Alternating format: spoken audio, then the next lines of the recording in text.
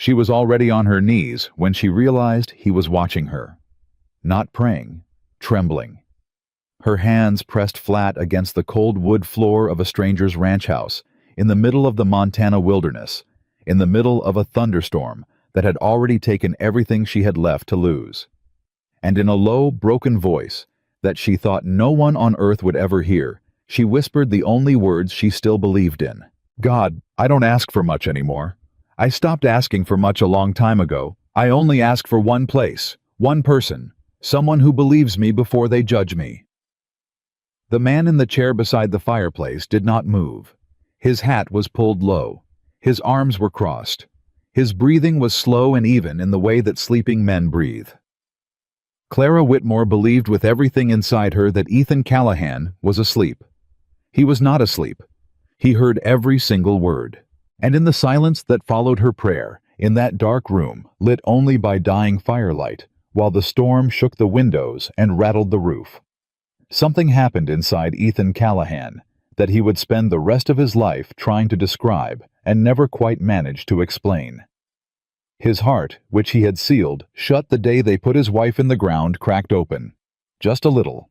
Just enough. Before we go any further, if this story is already pulling at something inside you, please take just 1 second and hit that subscribe button right now. Every week, I bring you stories just like this one. Stories about real courage, real heartbreak, and the kind of love that doesn't announce itself until it has already saved your life. Drop a comment below and tell me what city you're watching from. I want to see how far this story travels. Now let's go back to that ranch because what happened next changed everything. The storm came in fast, the way Montana storms always did, without apology and without warning. 1 hour, the sky was bruised purple and heavy. The next, the whole frontier was shaking. Ethan Callahan heard it rolling in from the north while he was still in the barn, pressing a clean cloth against the gash on his bay gelding's right foreleg. The horse had caught the fence wire sometime in the late afternoon, and the wound was ugly, but manageable if he stayed with it. Ethan was a man who stayed with things. That was about the only thing anyone in town would have still said in his favor. Easy, he told the horse, not looking up. I've got you. The gelding stamped once and then stilled the way animals do when they understand that the hands working on them mean no harm. Ethan had that effect on horses. He had stopped having it on people a long time ago. Samuel Brooks. His ranch manager appeared in the barn doorway with his hat in his hands and rain already darkening his shoulders. Samuel was 62 years old and had worked Callahan land for 19 of those years, and he was one of the only men in the state of Montana who still spoke to Ethan Callahan the way one man speaks to another, rather than the way people speak to someone they are slightly afraid of. Storm's going to be bad tonight, Samuel said. I know. Hands are all in. Horses are secured. I know that too. Samuel stood there another moment. You planning to sleep in the barn again? Ethan did not answer, which was itself an answer. Samuel put his hat back on. There's a fire going in the main house. Food on the stove. I'll leave a lamp in the window. You don't need to do that. Maybe I want to. Ethan looked up from the horse's leg. Then, just briefly, and something passed between the two men that was not quite an argument and not quite gratitude, and was in the particular language they had developed over 19 years, something close to both. Samuel left. Ethan stayed with the horse until the wound was clean and wrapped and the gelding had settled into his hay. Then he stood, stretched the stiffness from his back, and listened to the storm beating against the barn walls. He was 41 years old, and he felt it in every joint tonight. He picked up his lantern and walked toward the main house. He was halfway across the yard when he saw her. She was standing at the gate, not knocking, not calling out, just standing there in the full force of the storm, as if she had stopped moving and could not quite remember how to start again. Her dress was soaked through a faded blue cotton thing that had been pretty once and was now plastered to her frame by the rain. She was carrying a leather bag that looked older than the dress and heavier than it should have been. Her hair, dark and unpinned, was streaming water down her neck and shoulders. Ethan stopped walking. He lifted his lantern. She flinched at the light the way people flinch when they have been frightened so many times that flinching becomes a reflex rather than a response to anything specific. He did not lower the lantern, but he did not advance either. "You lost," he called. Her chin came up. Even from 20 yards away, even in that rain, he could see her pull something into herself, some reserve of pride or stubbornness that had survived whatever the last several weeks had done to the rest of her. "No, sir," she called back. "I know exactly where I am." "Then what are you doing standing at my gate in the middle of a storm?" She hesitated for exactly 1 second.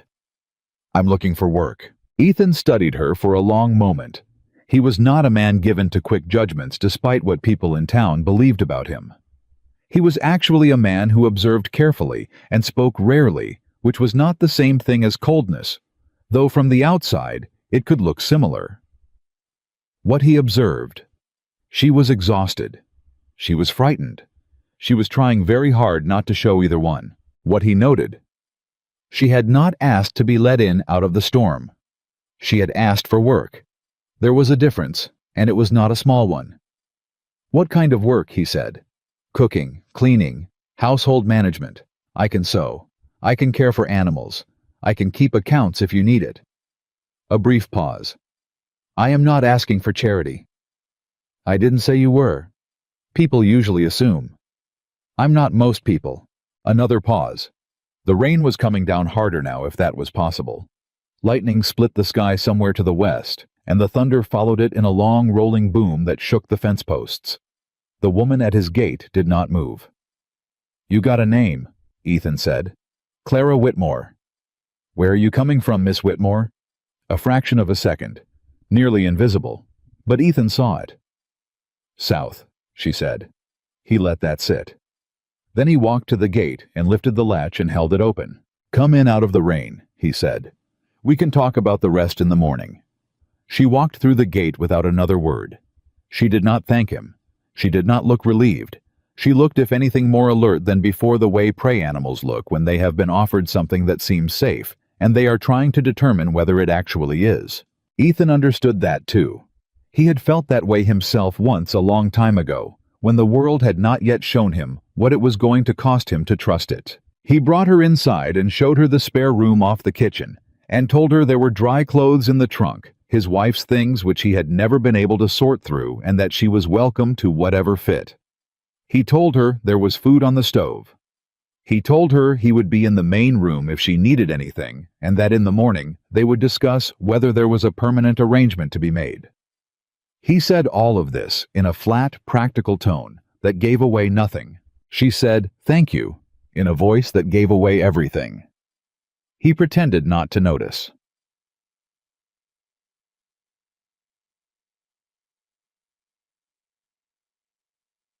Clara stood in the spare room for a long time after Ethan's footsteps faded down the hall.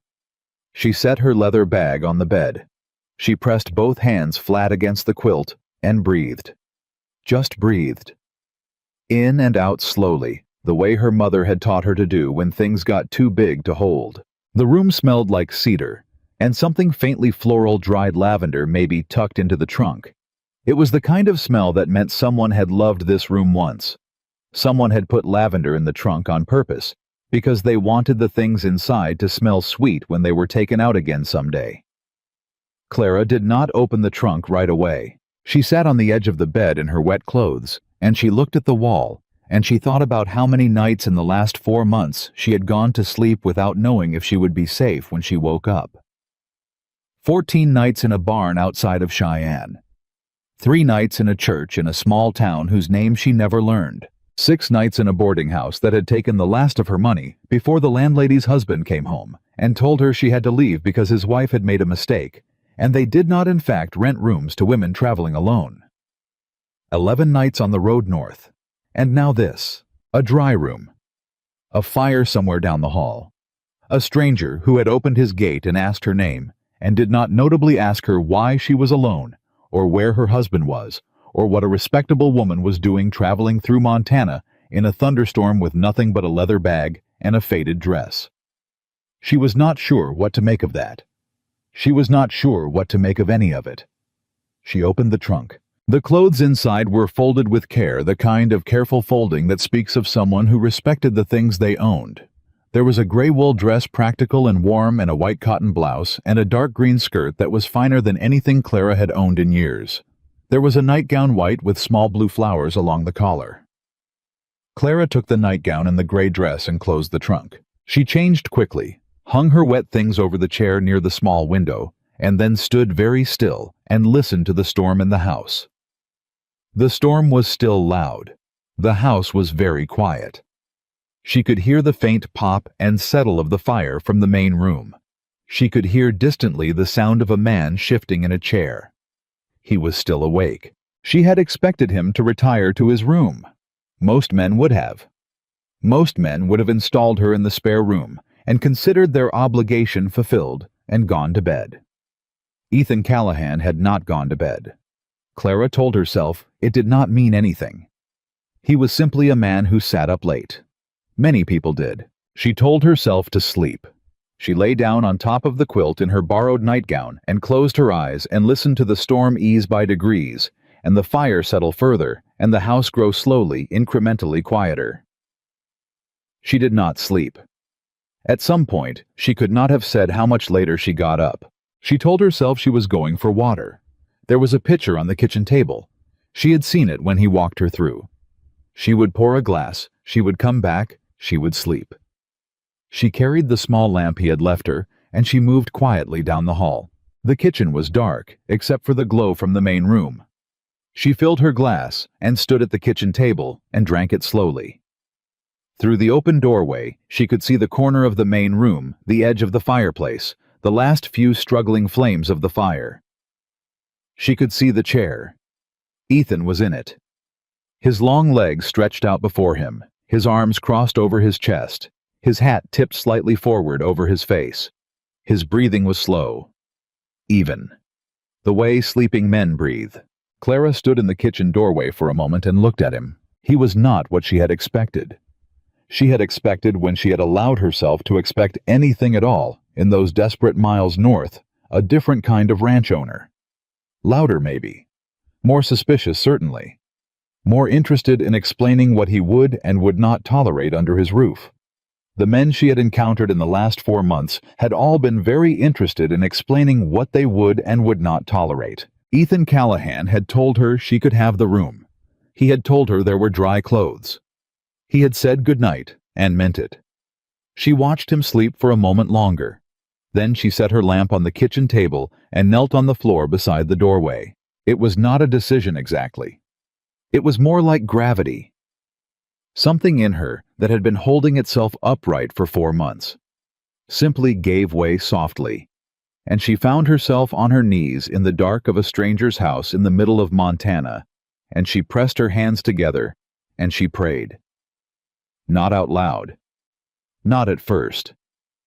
Just silently, in the way you pray, when words feel too small for what you're carrying, and silence feels like the only language left.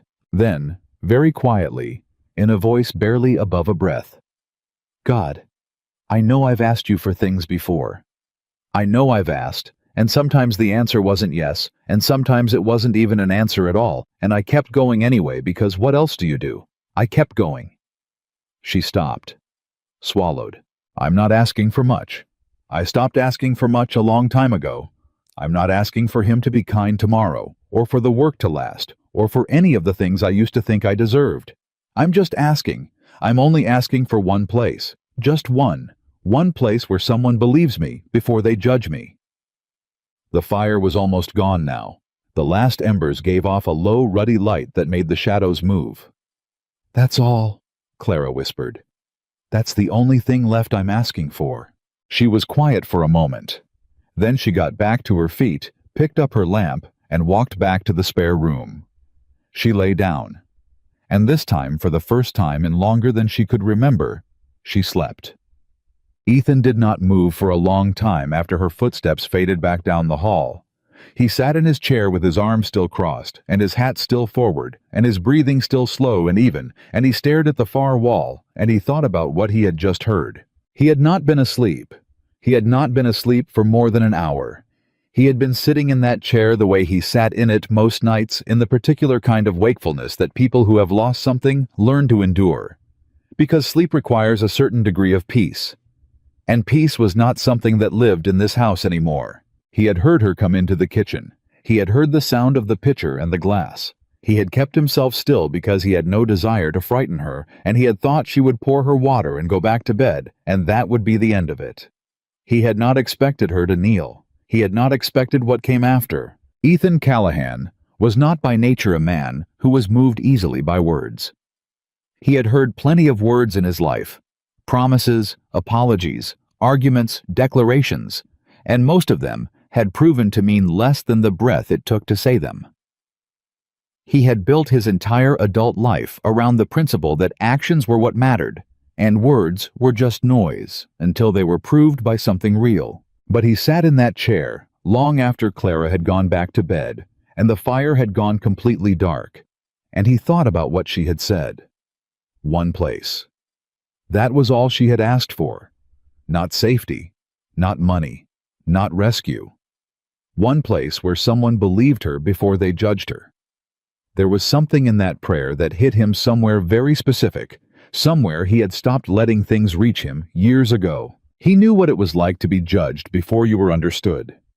He knew what it was like to watch people decide who you were from a distance, and then refuse to revise their decision, no matter what you showed them. After Margaret died, the town had decided Ethan Callahan was a cold man, a hard man, a man with no warmth left, and they had organized their entire understanding of him around that decision, and nothing he did or did not do had changed it. He had stopped trying to change it. But this woman, this exhausted, frightened, unbending woman who had walked to his gate in a thunderstorm and asked for work, and flinched at his lantern light, and then knelt in the dark and prayed for nothing more than one person who would see her clearly, she had not tried to change anything. She had not argued her case. She had not explained herself or defended herself or tried to make herself seem safer than she was. She had simply told God the truth. And somehow, in the quiet and the dark and the dying fire, Ethan had heard it too. He sat there until the first gray of dawn began to show at the edges of the windows. Then he got up, put on his hat, and went out to start the day. By the time Clara came out of the spare room the next morning, Ethan was already back from the barn. He was at the kitchen table with coffee, and he had left a second cup sitting ready, and he did not look up when she appeared in the doorway. "Sleep all right?" he said. "Yes, thank you." "Good." He was quiet for a moment. Then, "Sit down, Miss Whitmore." She sat. He turned the coffee cup so the handle faced her. She wrapped her hands around it. "I owe you something," he said. She looked up then. "I was awake last night," he said. "When you came into the kitchen, I heard what you said." She went very still. Color came into her face, not a blush exactly, but something more complicated than that. Something between shame and fear, and a kind of raw, sudden exposure, the way you feel when something private has been seen without your permission. "Mr. Callahan." "I'm not saying it to embarrass you," he said. "I'm saying it because you ought to know." She said nothing. Ethan wrapped both hands around his own cup. He looked at it. He said, "A person who still prays after everything they've lost is not weak. They are stronger than most men I know." Clara stared at him. He finally looked up and met her eyes. "You want the work," he said. She held his gaze for a moment that lasted longer than either of them had expected. Her hands were completely steady around the coffee cup. "Yes," she said. "Then it's yours. Temporary arrangement to start, see how things go. You'll have the spare room meals and wages. What you did last night, what you said, I won't mention it again unless you want to." He pushed back from the table. "I will need to know one thing, though." She waited. "You said south when I asked where you came from." He met her eyes again, level and direct. "That's not an answer. It's a direction." She looked at him for a long time. "Colorado," she said finally. "I came from Colorado." He waited the way he had learned to wait, giving people room to say more without demanding it of them. She did not say more. "All right," he said. He stood. Breakfast things are where you'd expect them. I'll be back in at noon." He walked out the back door and left her sitting there with her coffee. Clara sat at that table for a long time after he left. She sat there and thought about Colorado and the Whitaker house and Daniel's face the last time she had seen it, cold and perfectly composed and full of a fury that only looks like calmness when it has already decided what it is going to do. She thought about the journal in the bottom of her leather bag. She thought about how much it weighed, even though paper and ink should not weigh very much at all. Then she got up, found the breakfast things where a person would expect them, and started a fire in the kitchen stove and began to cook. Because that was what she was here to do. That was the bargain. That was the thing she could give that would keep her safe, or as safe as she was likely to be. She did not think about the prayer. She did not think about the fact that Ethan had heard it and chosen to tell her, and then gone out and said no more about it and given her the job anyway. She did not let herself think about any of that. She cracked 4 eggs into the pan and listened to them sizzle and told herself that she would not let this place mean anything to her yet. But the kitchen was warm and the storm was over, and outside the window she could see the open Montana sky beginning to clear from gray to the particular pale blue of early morning, and despite every careful self-protective thing she had told herself since Colorado, Clara Whitmore felt for the first time in 4 months that she might be able to breathe. Samuel Brooks arrived at the kitchen door at 6:30, the way he did every morning, expecting to find nothing but the cold stove and whatever he could manage to put together for the hands himself, which was never much. He opened the door and stopped. The kitchen was warm. The stove was going. There was a pot of coffee, a pan of biscuits, a cast-iron pan of eggs, and a woman he did not recognize standing at the counter, cutting salt pork into slices with the efficient, practiced movements of someone who had done this 10,000 times before. Samuel took off his hat. "Good morning," he said carefully. The woman looked over her shoulder. "Good morning. You must be Samuel. Mr. Callahan mentioned you." "He did. This morning." She nodded at the table. "Sit down. Coffee's ready." Samuel sat down slowly, the way you sit down when you are not sure whether what is happening is real. Clara set a cup in front of him. "He told me your name, and that you'd been managing this ranch for 19 years, and that I should listen to you if I had questions about how things were done. He said—" She paused very briefly. "He said you knew this land better than he did." Samuel wrapped his hands around his coffee cup and stared at it. "He said that he did." Samuel drank his coffee in silence. Then he said, "What's your name, Miss?" "Clara Whitmore." "Where'd you come from, south?" she said, which was what she was saying now, apparently. Samuel looked at her. She looked back calm and steady. "Well," he said at last, "reckon that's far enough for one morning." He picked up a biscuit. He bit into it. Something shifted in his face. Surprise first, then something warmer than surprise. "Good Lord," he said quietly. "Is something wrong?" "No, miss." He looked at the biscuit and then at her. "Something's right. Something's real right." He set the biscuit down with a kind of careful reverence. "When's the last time this kitchen had biscuits that tasted like these?" Clara turned back to the stove.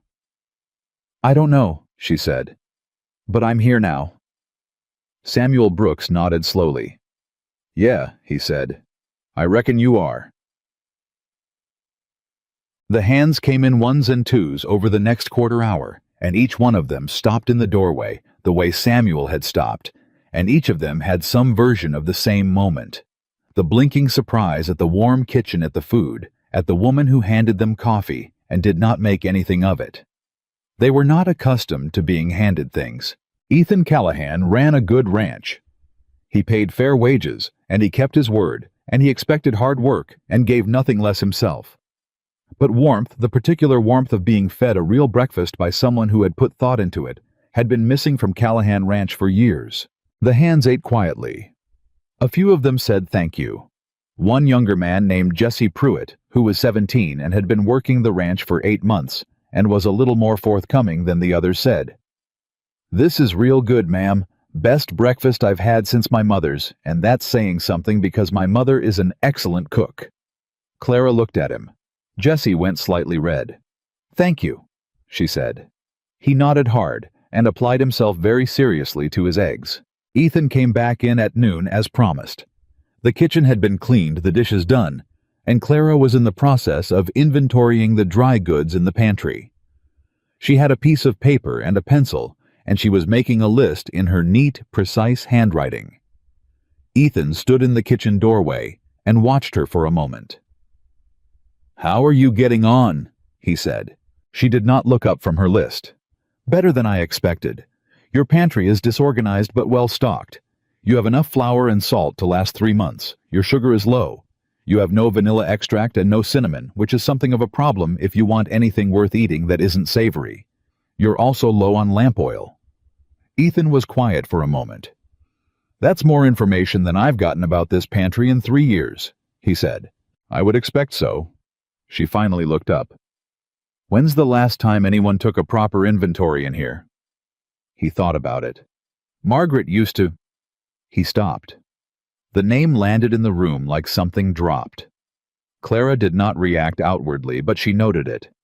The name, the way he stopped, the way the space after the stop was shaped.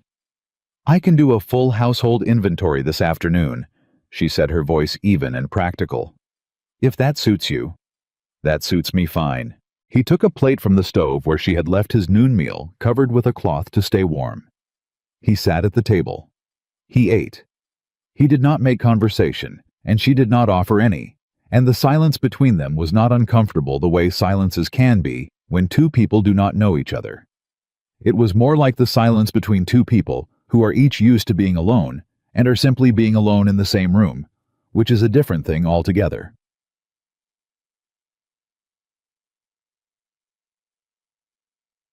The weeks that followed moved with a particular rhythm. Clara cooked and cleaned and organized. She replanted the kitchen garden, which had gone to weeds sometime in the past 2 years, with the vegetables she found in the dry goods bins. Dried beans, seed potatoes, onion sets, and added from a trip into town that Samuel drove her to, and waited outside of a packet of carrot seeds and one of marigold seeds, because she believed that gardens needed something beautiful in them to grow well, and she had learned this from her grandmother, and she saw no reason to unlearn it. She repaired a section of fence along the kitchen garden that a deer had knocked loose. She reorganized the linen cabinet, which had been jumbled into something nearly useless, and she rehemmed 2 pairs of trousers for Jessie Pruitt, who had grown 2 inches since he bought them, and she sewed a new lining into Samuel's work coat, which he had not asked her to do, but which she could see was nearly at the point of letting the cold through. When Samuel found the coat hanging repaired on his peg one morning, he stood looking at it for a long time. Then he turned around and went to find Ethan. "That woman," he said. Ethan looked up from the ledger on his desk. "She fixed my coat," Samuel said. "She mentioned she sewed.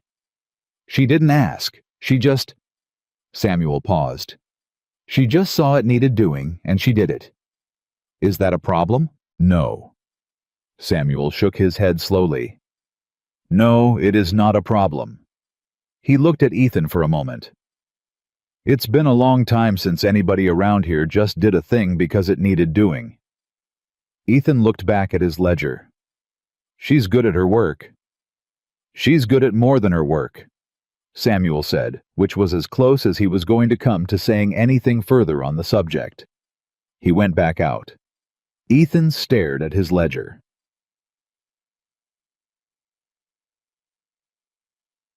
What nobody talked about, because it was the kind of thing that you either noticed or you didn't, and words did not improve it either way, was how the ranch had started to change. It was small things at first. The kitchen was warm. The meals were real. The common areas of the house no longer had the particular tired gray quality of spaces that no one inhabits with any intention. But it spread beyond the house. The hands started coming in on time for meals, which they had never reliably done before. They started having conversations at the table, real ones, back and forth, not just the grunts and necessary words of men eating quickly to get back to work. Jessie Pruitt started smiling more, which nobody commented on, but everybody noticed. Samuel noticed most of all. He had been on this land for 19 years. He had been here when Ethan arrived as a young man with his young wife and his plans and his particular brand of careful, quiet ambition. He had been here when Margaret Callahan got sick. He had been here when she died, and he had watched what that did to Ethan, the way a fever burns a man down past his flesh to something harder and more essential. And he had thought more than once in the years since that what it had burned away was the part of Ethan that knew how to be with people. He had not expected to see it come back. He was watching it come back. It was not dramatic. Ethan did not suddenly become a different person. He was still quiet. He was still careful. He still kept his distance from the hands in the particular way that men who are responsible for other people often do. And he still did not make small talk. And he still sat alone at his desk in the evenings, and ran his figures, and planned his seasons, and managed his land, with the focused intensity of a man who has decided that work is the thing that keeps the darkness from moving in. But he started eating at the table. Not every night, but most nights. He started answering Jesse's questions at dinner instead of giving one-word responses and going back to his food. He started once in a while staying in the kitchen after the meal was over and talking to Samuel about the next season's plans. And once or twice, Clara had been in the kitchen and he had talked to her too, not about anything personal, just about the ranch and what she had noticed and what she thought, and he listened to her answers with the full attention of a man who actually wants to know. It was, Samuel thought, like watching a door that had been stuck for years start to move. Nobody pushed it. Nobody mentioned it. But everybody felt it. Clara did not let herself think about it too much. She had a place here. She had work that was valued. She had a roof over her head and food on her plate, and for the first time in months, she slept through the night in the same bed 2 nights in a row, and then 3, and then more than she bothered counting. She was not safe. She knew that. The thing that had driven her out of Colorado had not stopped existing simply because she had managed to put distance between herself and it. Daniel Whitaker was not a man who gave up. She had known that from the first time she had seen him, had known it in the particular way that some women learn to recognize certain kinds of men, not from being told, but from being in the same room with them long enough to feel the particular quality of their attention. The journal was in the bottom of her leather bag. She had not taken it out since she arrived. She had not needed to. She knew what was in it, every figure, every date, every transaction written in her own neat hand over the course of 8 months. Because she was a thorough person, and thoroughness had been one of the things that had gotten her into this, and might, if she was lucky, be one of the things that got her out. She did not tell Ethan. She told herself she would when the time was right, when she knew him better, when she was sure. But the reason underneath that one was simpler and harder. She did not want to become a problem to a man who had already given her more than she had any right to expect. She was not naive enough to think that goodness was unconditional. She had learned that lesson more than once, and it had cost her more than once, and she was not going to forget it now, simply because a morning was warm and the biscuits had come out right, and a quiet man had listened to her talk about pantry inventory with actual attention. She watched the gate. She noted every stranger who came to the ranch on business. She kept her leather bag packed. She made herself go over the route north in her head every few nights, because you had to know your next move before you needed it, and Clara Whitmore had survived 4 months alone in the Montana frontier on exactly that kind of thinking, and she was not going to stop now. She watched. She waited. She kept her secrets. And on a Tuesday afternoon, in the 3rd week of her time at Callahan Ranch, she was in the garden pulling weeds when she heard hoofbeats on the road. She looked up. 2 men on horseback moving at a pace that was not a hurry, but was faster than casual. They had not turned toward the ranch road yet. They might be passing. They often were. The road went north past the Callahan fence line, and plenty of men used it who had no business with this ranch at all. Clara did not move. She watched until they passed the gate turnoff and kept going north. She let out a slow breath. Then she went back to her weeding. She did not notice Ethan standing back from the barn door, watching her watch the road. He did not say anything. But he went back to work with one more thing cataloged in the careful way he cataloged things about Clara Whitmore, building a picture that was becoming clearer by the day, like a landscape emerging from a morning fog. Something was chasing her. He did not know what. He intended to find out, not to use it against her. Because if something was coming for the woman who had prayed in his kitchen in the dark, asking for nothing more than one person who would see her clearly, then, whatever it was, Ethan Callahan intended to be standing in the way of it when it arrived. He just hadn't told her that yet. Ethan started noticing things he had no business noticing. The way Clara moved through the kitchen in the morning, efficient, purposeful, never a wasted motion. The way she tilted her head slightly when she was listening to something she did not fully trust. The way she laughed at Jesse's clumsy attempts at conversation, not a full laugh, more like something that escaped before she could stop it, and how quickly she pulled it back and went serious again, as if laughter was a luxury she had not yet decided she could afford. He noticed all of it. He told himself it was the same attention he gave everything on this ranch, the same careful watching that had kept his land running, and his people fed, and his horses alive through 3 bad winters.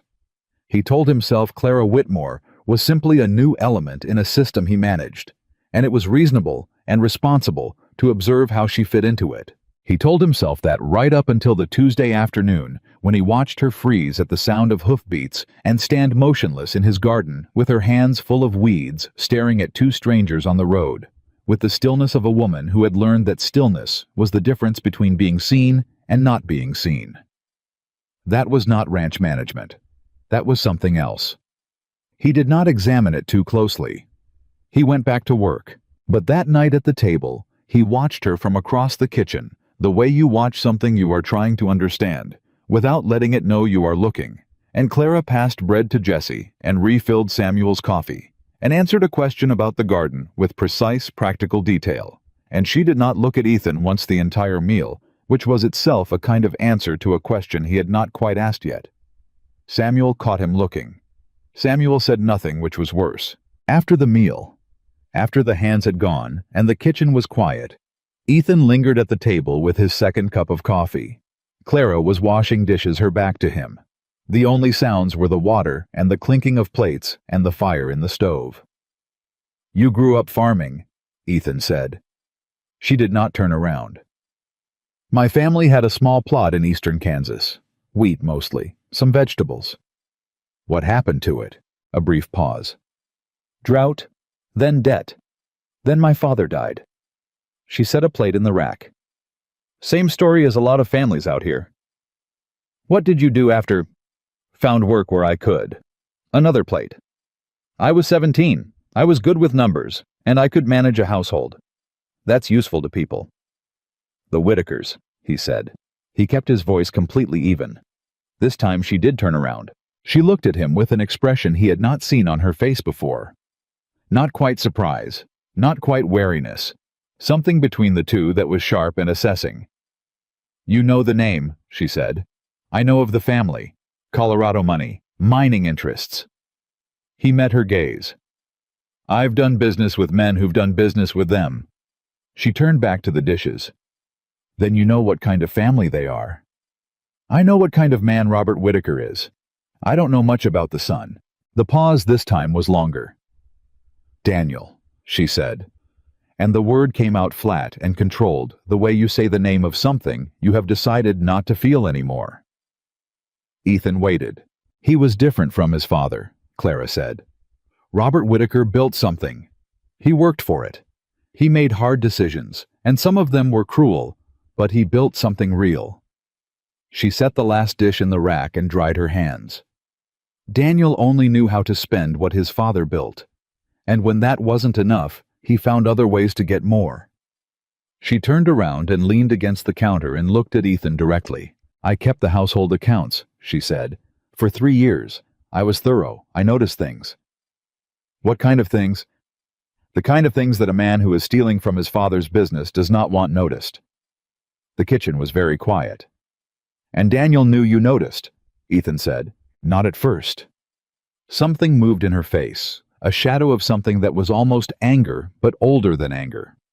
"When he found out, he gave me a choice. Help him adjust the records, or he would tell his father I had taken the money myself. And you didn't take either choice." "I took the third one." She pushed off from the counter.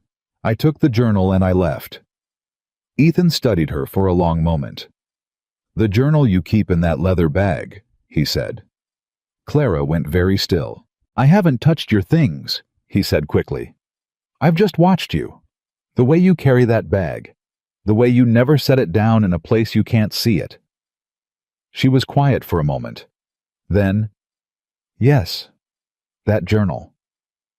It has enough to expose him. It has everything." Her voice was calm, almost too calm. Every transaction, every date, every false record, 18 months of it, in my handwriting against the real ledgers. She paused. "It would ruin him." Ethan looked at her. "And he knows that," he said. "Yes. So he's looking for you." "Yes." The word sat in the kitchen between them, like a stone dropped in still water. Ethan turned his coffee cup in his hands. He looked at the table. He thought about the two riders on the road that afternoon. He thought about the way Clara had watched them from the garden and what her face had looked like when they passed without turning in. "How long do you think you have?" he said. She had clearly thought about this already. "I don't know. He has resources and connections, and he is not a patient man. I've been careful about my route, but—" She stopped. "A woman alone is not invisible." "No," Ethan said. "She is not." He finished his coffee. He set the cup down. He looked at Clara Whitmore standing in his kitchen in the gray wool dress she had taken from his dead wife's trunk. And he thought about the prayer he had heard in the dark. And he thought about one place. And then he thought about two riders on a road moving north. And he made a decision, the way he made most decisions, quietly, with very little ceremony, without announcing it to anyone. "You should have told me sooner," he said. She lifted her chin slightly. "I know. I can't prepare for something I don't know is coming." "I know that too. Are you going to keep hiding things from me?" She held his gaze, and the pause was long enough to mean something. "I don't know," she said finally, which was honest in a way that a simple no would not have been. He nodded, as if she had said something he could work with. "All right," he said. "That's honest." He stood. "Get some sleep, Miss Whitmore. Tomorrow I want to go over the ranch perimeter with Samuel, and I want you to come along. I want you to show me the road those men were on today and tell me everything you remember about them." She blinked. "You saw that." "I see most things," he said. "I just don't always say so." He picked up his hat. "Good night." He walked out. Clara stood in the kitchen alone for a moment. Then she sat down at the table in the chair Ethan had just left, and she put her hands flat on the table and breathed. She had told him. She had not planned to not tonight, not like this, not without knowing whether she could trust him well enough.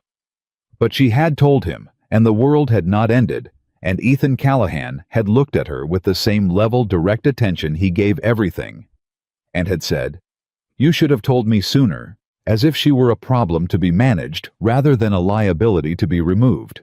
She did not know what to do with that. She was not sure she had ever known what to do with someone who responded to difficult information by asking for more of it. She sat there for a while. Then she went to the spare room, and she took the leather bag out from under the bed, and she held it in her lap. And she thought about 18 months of careful, thorough, dangerous work, all of it in her handwriting, all of it sitting in the bottom of this bag like something alive. She thought about Daniel Whitaker's face. Then she put the bag back under the bed and lay down and stared at the ceiling and told herself to sleep. It took a long time, but eventually she did. The next morning, she rode the fence line with Ethan and Samuel, and she showed Ethan where the road went, and described the two riders in as much detail as she had the gray horse, and the roan, the dark coats, the pace they had kept. Samuel listened with his hat pulled low, and his face carefully neutral in the way Samuel's face went when he was taking in something he intended to think about seriously. When she finished, Samuel said, "Paid men." Ethan said, "That's what I thought too." Clara said, "What does that mean? Paid men?" Samuel glanced at Ethan. Ethan said, "It means they're not riding for pleasure and they're not local. Pace like that, direction like that at this time of year, somebody sent them up this road specifically." He looked at her. How many people know you came to Montana? No one, she said. I told no one where I was going. But someone could have tracked your route. I was careful. I believe you were careful, Ethan said. But Daniel Whitaker has money enough to hire men who are good at following careful routes. That sat in the air between them for a moment. Jesse Pruitt, who had ridden out with them and was slightly back from the main conversation the way Jesse always positioned himself when adults were discussing things he sensed were serious, said very quietly, "So they could already know she's here." Nobody answered, which was itself an answer. Jesse's jaw tightened, and he looked at Clara and then at Ethan, and he said with the particular directness of a 17-year-old who has not yet learned to soften bad thoughts, "Then we should be ready." Ethan looked at the boy. Something in his expression shifted very slightly, not quite a smile, but close enough to the territory. "Yes," he said. "We should." They rode back to the ranch in the early light, and that evening Ethan sat at his desk and wrote 2 letters. One to a lawyer he knew in Helena. One to a man he had done business with in Colorado, who had connections to the kind of people who knew what the Whitaker name meant in that state, and what weight it carried, and where its edges were. He sealed both letters and gave them to Samuel to take into town in the morning, and he did not tell Clara about them not yet, because he did not want to raise a hope he was not sure he could deliver on. But he wrote them. Clara, who missed very little, noticed that Samuel left early the next morning with his coat pockets noticeably weighted and returned 2 hours later with a receipt from the post office. She did not say anything, but she noticed. The days that followed had a new quality to them. Not tenser exactly, more concentrated. The way air gets before a storm, heavier and more present. The hands moved a little differently, or maybe Clara was simply more attuned to them now. Jesse started checking the gate at night before he went to bed, a thing he had apparently started doing on his own, without anyone asking him to. Samuel began taking a different route to town, when he had errands, varying it in a way that might have seemed casual to someone not paying attention. Clara was paying attention, and Ethan was everywhere. She had not noticed before how much of the ranch he covered in a day, how many fences he walked, and how many approaches to the property he monitored as a matter of course. She realized now that it had always been this way. She had simply not been watching for it. He was a man who knew his land in the particular way that meant he would know the moment something on it was wrong. She found a kind of peace in that, and then felt uneasy about finding peace in it, because she did not want to depend on anyone else's watchfulness for her safety. She had been doing that herself for 4 months, and she had survived. But there was no denying that it was different having someone else on the wall. On a Thursday afternoon, she was in the kitchen making bread when Ethan came in from outside and went directly to the cabinet where he kept his rifle and checked the load with the quick, practiced efficiency of a man who checks his rifle the way other men check their watch. Clara's hands slowed on the dough. "Riders," she said. "1 rider," Ethan said. "Coming up the main road slow. Could be nothing." He set the rifle back. "Could be a lot of things." Clara wiped her hands on her apron and untied it, and set it on the counter in one smooth motion. "I'll stay back," she said. "Yes," he said. "You will. You." The rider turned out to be a neighbor from 2 ranches over a weathered man named Cole Tucker, who had a question about a property boundary dispute that had been simmering for 6 months. Ethan dealt with him at the gate, brisk and businesslike, and Cole Tucker rode away looking slightly less satisfied than he had arrived, which was approximately normal for every interaction Ethan had with Cole Tucker. Ethan came back into the kitchen. Clara was back at the bread. "False alarm," he said. "I know. I heard." She worked the dough. "You're tense." "I'm always tense." "No," she said carefully. "You're usually controlled. Controlled and tense aren't the same thing." He looked at her for a moment. She did not stop working the dough. "You're right," he said, which surprised her enough that her hands actually stilled for a fraction of a second before she recovered. He sat down at the table. "Can I ask you something?" he said. "You can ask. When you left Colorado, when you decided to run rather than face it there, did you think about—" He paused, choosing the word. Fighting. She turned the dough over. Yes. What stopped you? She thought about this honestly. I didn't know anyone who would believe me over a Whitaker. She pressed the heel of her palm into the dough. Money buys a lot of truth in Colorado. Daniel knew that.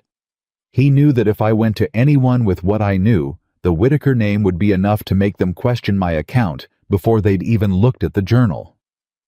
And now, Ethan said, if you had someone who would stand with you. She looked up then. He was watching her with that level direct attention that she had come to recognize, and still could not quite get used to the quality of his watching the way he looked at you, as if he was actually trying to see you, not just the surface of you. Is that what you're offering? She said. He did not look away. I think it might be yes. The kitchen was quiet. Clara looked at him for a long moment. Why? She said. Not suspicious exactly, more like someone who is genuinely trying to understand a thing they have not been offered before, and needs to understand it before they can accept it. Ethan seemed to consider this question with the same seriousness he gave everything. Because you asked God for one person who would believe you before they judged you, he said. And I heard that, and I'm not in the habit of listening to something like that and doing nothing about it. Clara put both hands flat on the table and looked at them. She pressed her lips together. She did not cry. She was not a woman who cried easily, and she was particularly resistant to crying in front of other people, and she was not about to start now. But something moved in her face. Something shifted, and then settled into a new configuration, like a bone that has been out of joint finding its way back. You're a strange man, Ethan Callahan, she said. Yes, he said without apology. I've been told. She looked up at him, and for the first time since she had arrived at his gate in a thunderstorm, with nothing but a leather bag and a secret, Clara Whitmore smiled. Not the almost laugh she allowed herself now and then. Not the polite professional expression she put on for the hands.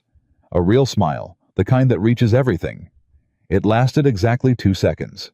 Then her eyes went to the kitchen window, and the smile vanished. Ethan, she said very quietly. He turned. 3 riders this time. Coming up the main road, moving with intention, not fast, but not slow. The pace of men who know where they are going and are not concerned about being seen. Ethan was on his feet and at the cabinet before Clara had finished standing up. Stay in the house, he said. No. Clara, if it's Daniel's men and they see me running doesn't change anything. If I'm beside you when they get to the gate, it changes the picture. She met his eyes. A woman who belongs here is different from a woman who is hiding. He looked at her for one hard second. Stay behind me, he said. Agreed. They went out the front. Samuel was already at the gate, casually positioned with his thumbs in his belt, in the way that casual men do not position themselves unless they have thought about it.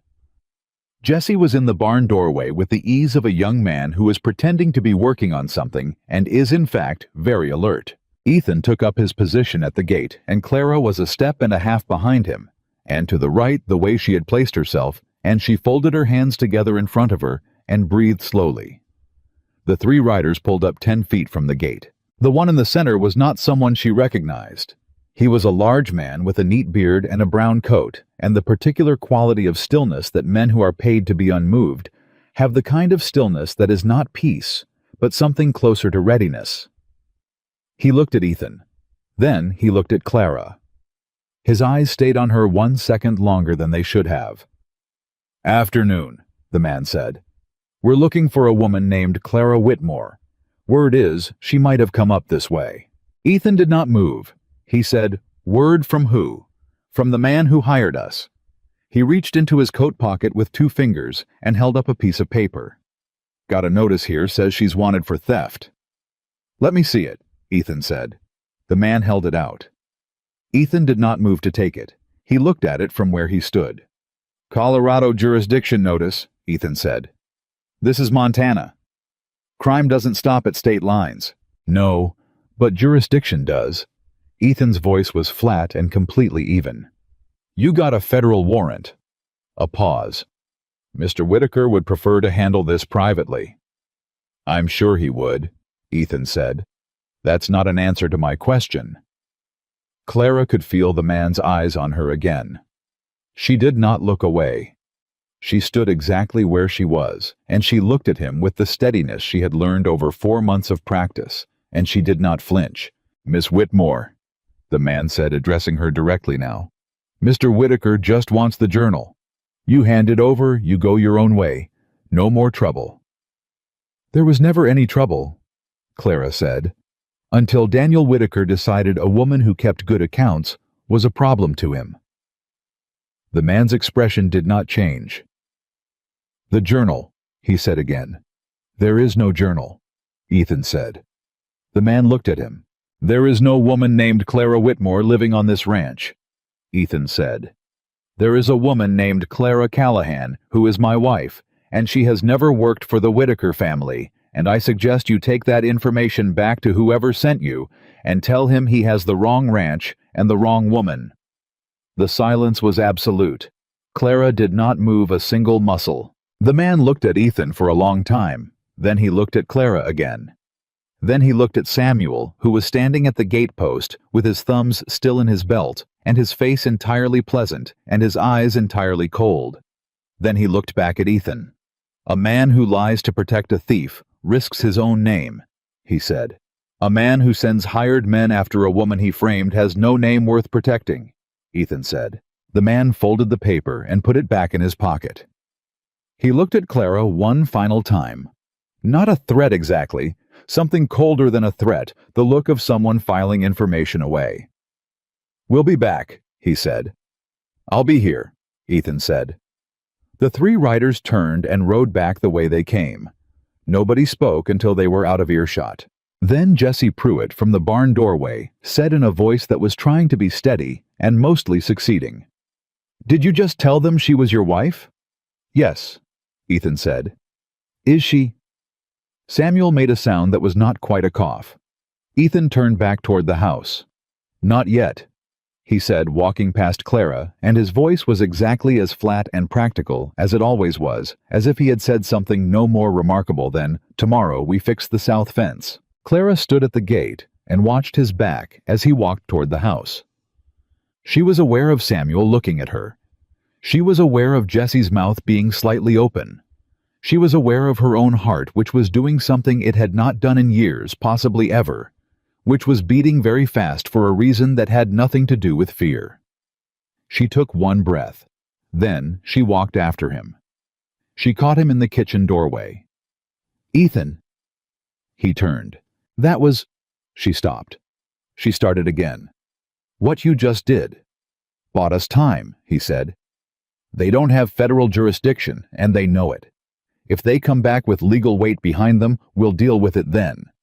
If they go back to Whitaker and he sends them again, we'll deal with that too. But right now, we have time to do this properly.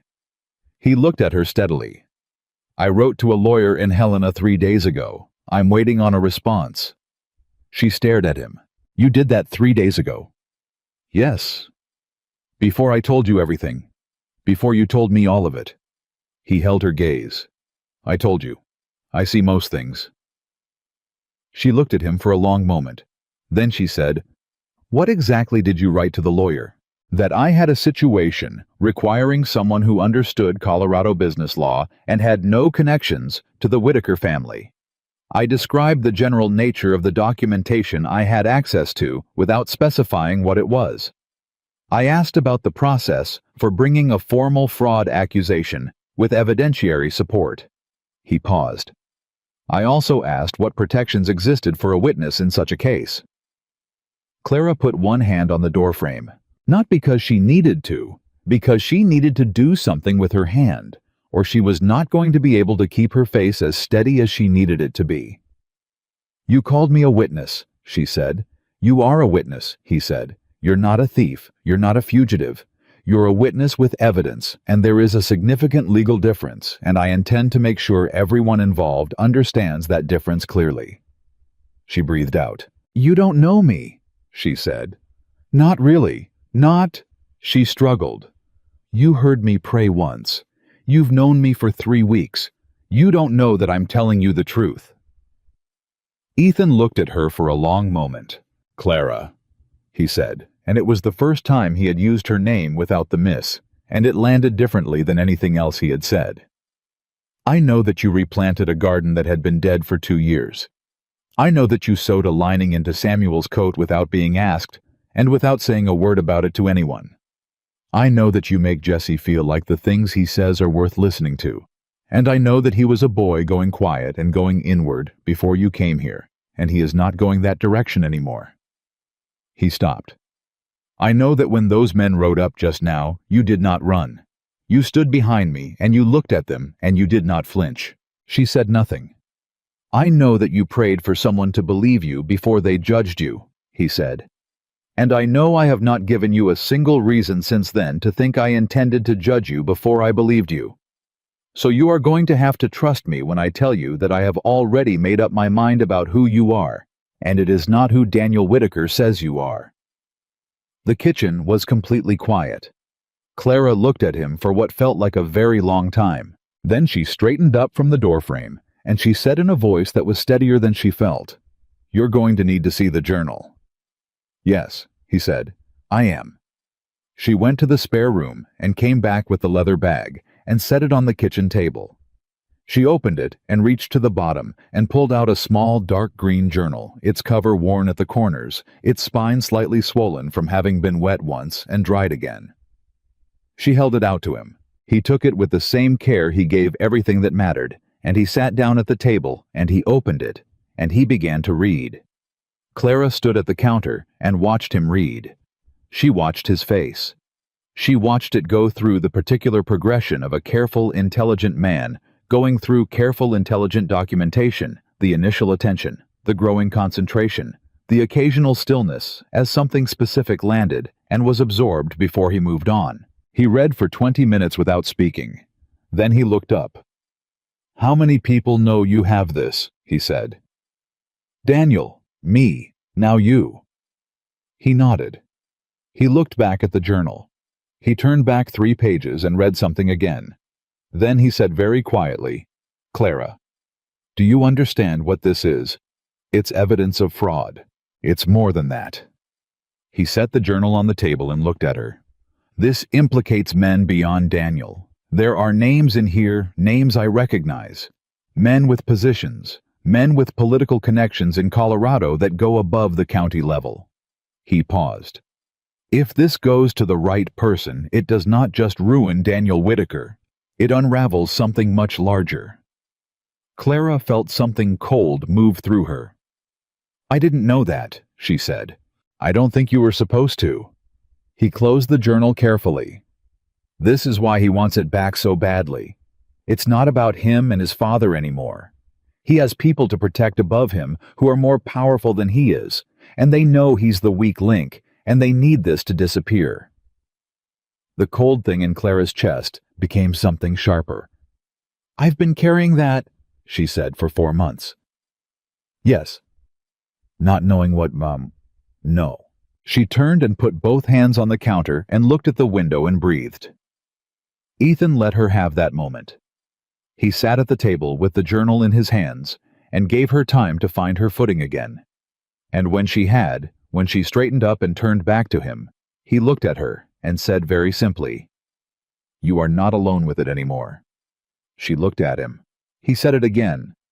"You are not alone with this, Clara, not anymore." And those words in that voice with that particular quality of finality, the way Ethan Callahan said things that he had already decided and was simply announcing, was the thing that finally got past all of it. Past the 4 months, and the careful watching, and the packed bag, and the route memorized in her head, and the prayer in the dark that she had not known anyone was listening to. She did not cry. She had told herself she would not, and she did not. But she sat down at the table across from him, and she put her hands on the table and she said, "Tell me what to do." And Ethan Callahan said, "First we wait for the lawyer, then we make a plan, and then—" He paused. "Then we make sure Daniel Whitaker understands that the woman he framed is not what he thought she was." He set the journal on the table between them, squarely, like something placed with intention. She never was, he said. Outside, the wind had picked up. The gate creaked once on its hinges and was still. In the barn, one of the horses moved and settled. Jesse Pruitt was somewhere on the ranch, doing something useful, the way Jesse had started doing things without being asked. And Samuel Brooks, who had been standing in the doorway of the kitchen long enough to hear most of it, quietly turned and walked away, and did not tell a soul what he had heard, because some things did not need an audience. They only needed to happen. The lawyer's letter arrived on a Friday morning 9 days after Ethan had sent his own. Samuel brought it in from town, tucked inside his coat, the way he had started carrying things that mattered close to his chest out of sight, as if the simple act of protecting a piece of paper was something he had decided was his job now. He set it on the kitchen table in front of Ethan without a word and poured himself coffee and sat down and waited. Clara was at the stove. She did not turn around, but her hands went still on the pan she was holding. Ethan opened the letter. He read it once through without expression. Then he read it again. Then he set it down on the table and looked at Samuel. "He's coming," Ethan said.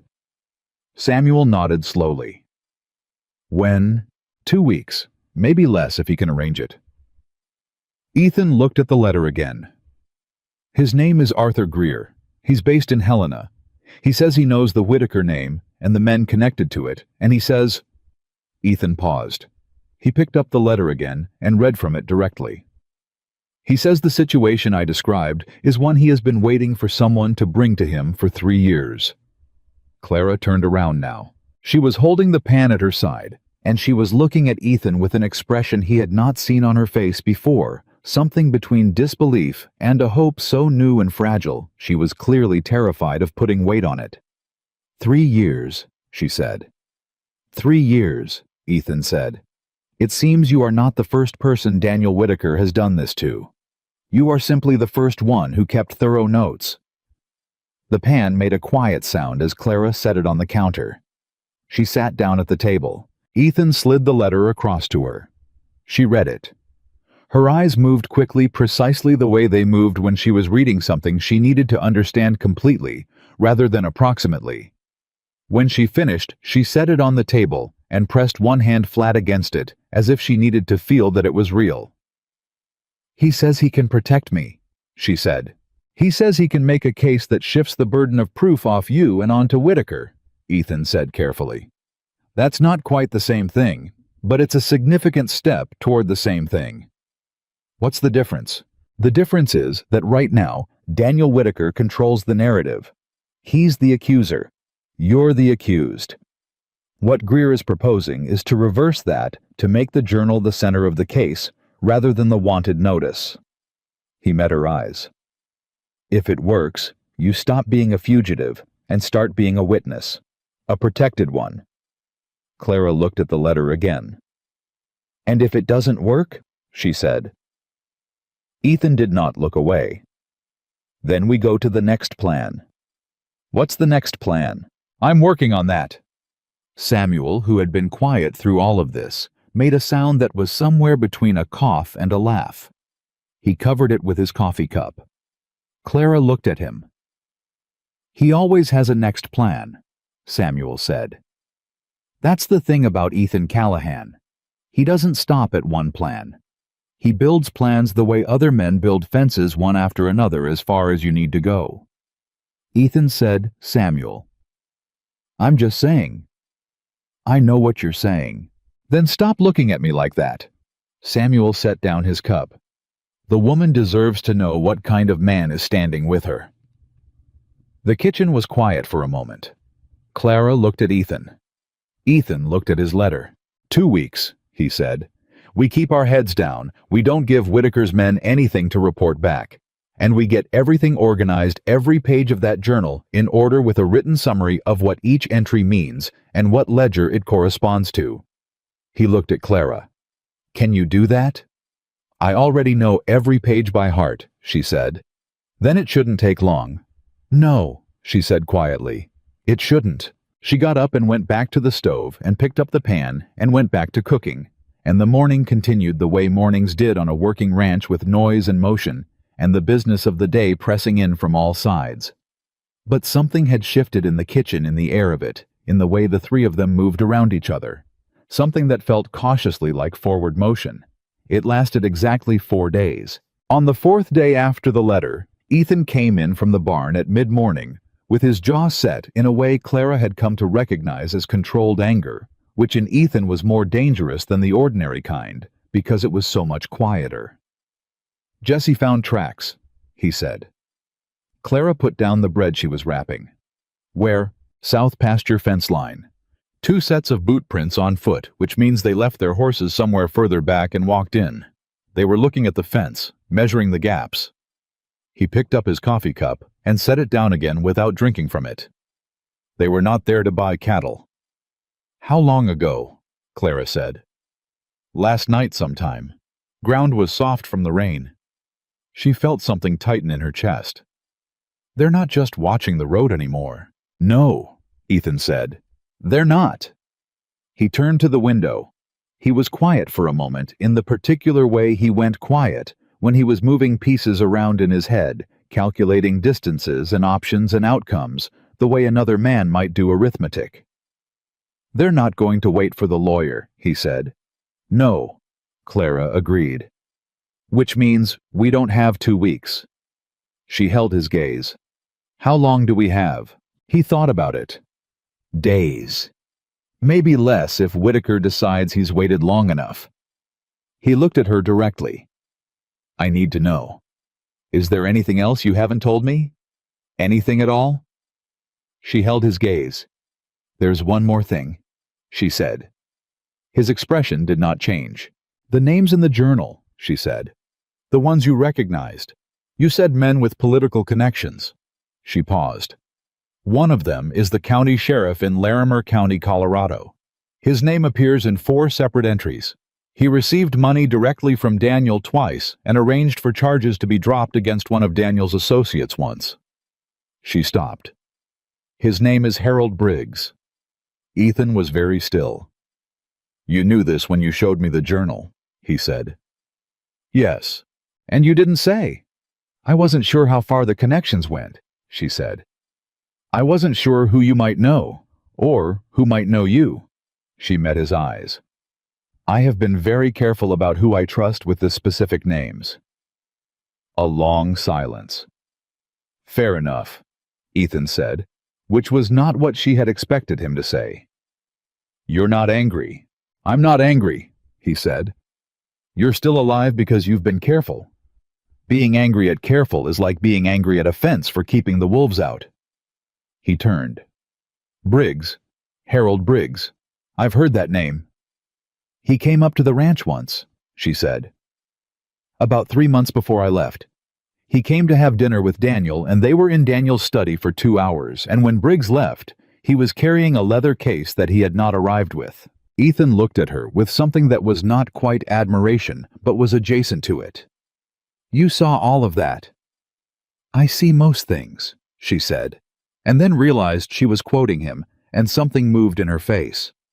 The corner of his mouth moved very slightly. "So I've heard." He walked to his desk and sat down and started writing, and Clara left him to it, and went back to the kitchen and told herself to keep moving, keep working, keep her hands busy, because the moment she stopped moving was the moment the fear would catch up with her, and she could not afford that right now. She did not stop moving. But she counted the hours. That evening, Ethan called everyone together. The hands, Samuel, Jesse, Clara, all of them around the kitchen table, and the 2 extra chairs he had brought in from the other room. He did not make a speech. He was not a man for speeches. He told them what he knew in plain language, and he told them what he expected in equally plain language, which was that everyone on this ranch kept their eyes open and their mouths shut in town, and reported anything unusual directly to Samuel. Hank Delaney, who had been with the ranch the second longest after Samuel, 6 years, a quiet man who rarely spoke at meetings, said, "What about the woman? She's safe here." Everyone looked at Hank, because that was more words than Hank typically produced in a week. Ethan said, "She is." Hank nodded once and said nothing else. Jesse, whose face had gone through several complicated expressions during Ethan's summary of the situation, said, "What do we do if they come back to the gate?" "You come and get me," Ethan said. "You do not engage. You do not threaten. You walk to wherever I am and you tell me, and I handle it." "And if you're not here," Jesse said, "I'll be here." Jesse looked at him. "I'll be here," Ethan said again more quietly. Jesse nodded. He looked at Clara. He looked back at his hands on the table.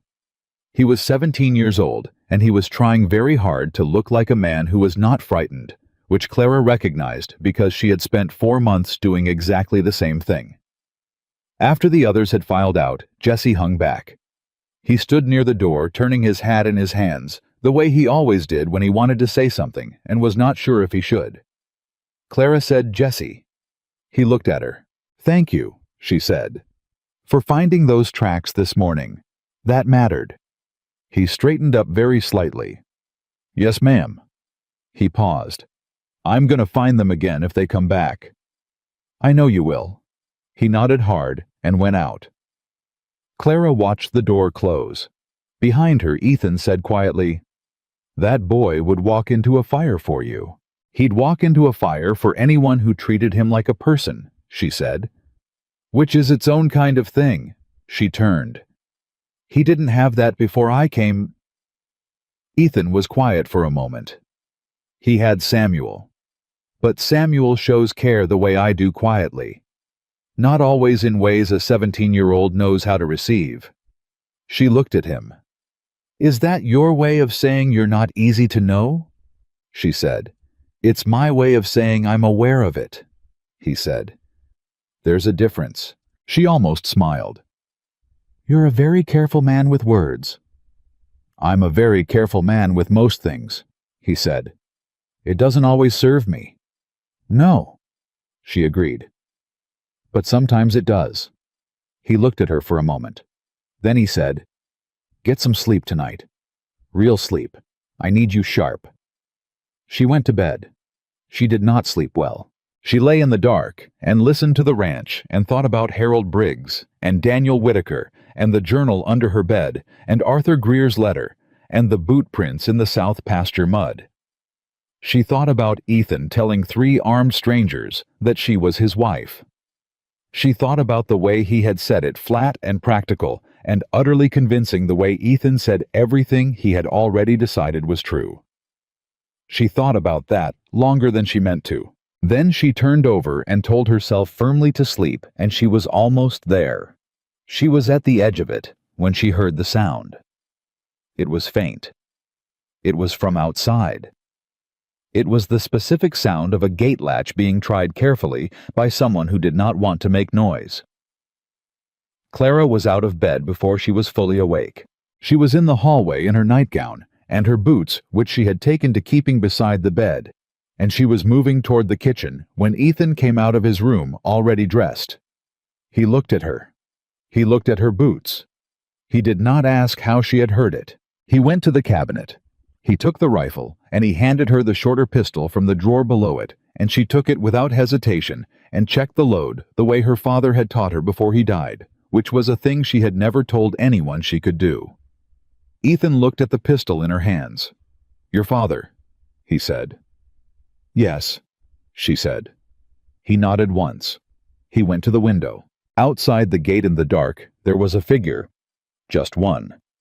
Small, actually smaller than the men who had ridden up the road 3 days ago. Moving too hesitantly to be a threat. Ethan said very quietly, "Wait here." He went out the back. Clara did not wait there. She went to the window and watched. Ethan came around the side of the house with the rifle at his side not raised. He walked to the gate and said something low, and the figure outside flinched, and then went very still. A woman's voice. Clara could not hear the words, but she heard the pitch of it, frightened ragged too fast. Ethan opened the gate. The figure came through. Clara could see now in the dim light from the window that it was a young woman, barely more than a girl, 20 at most. Dark hair. No coat despite the night cold. She was clutching something to her chest.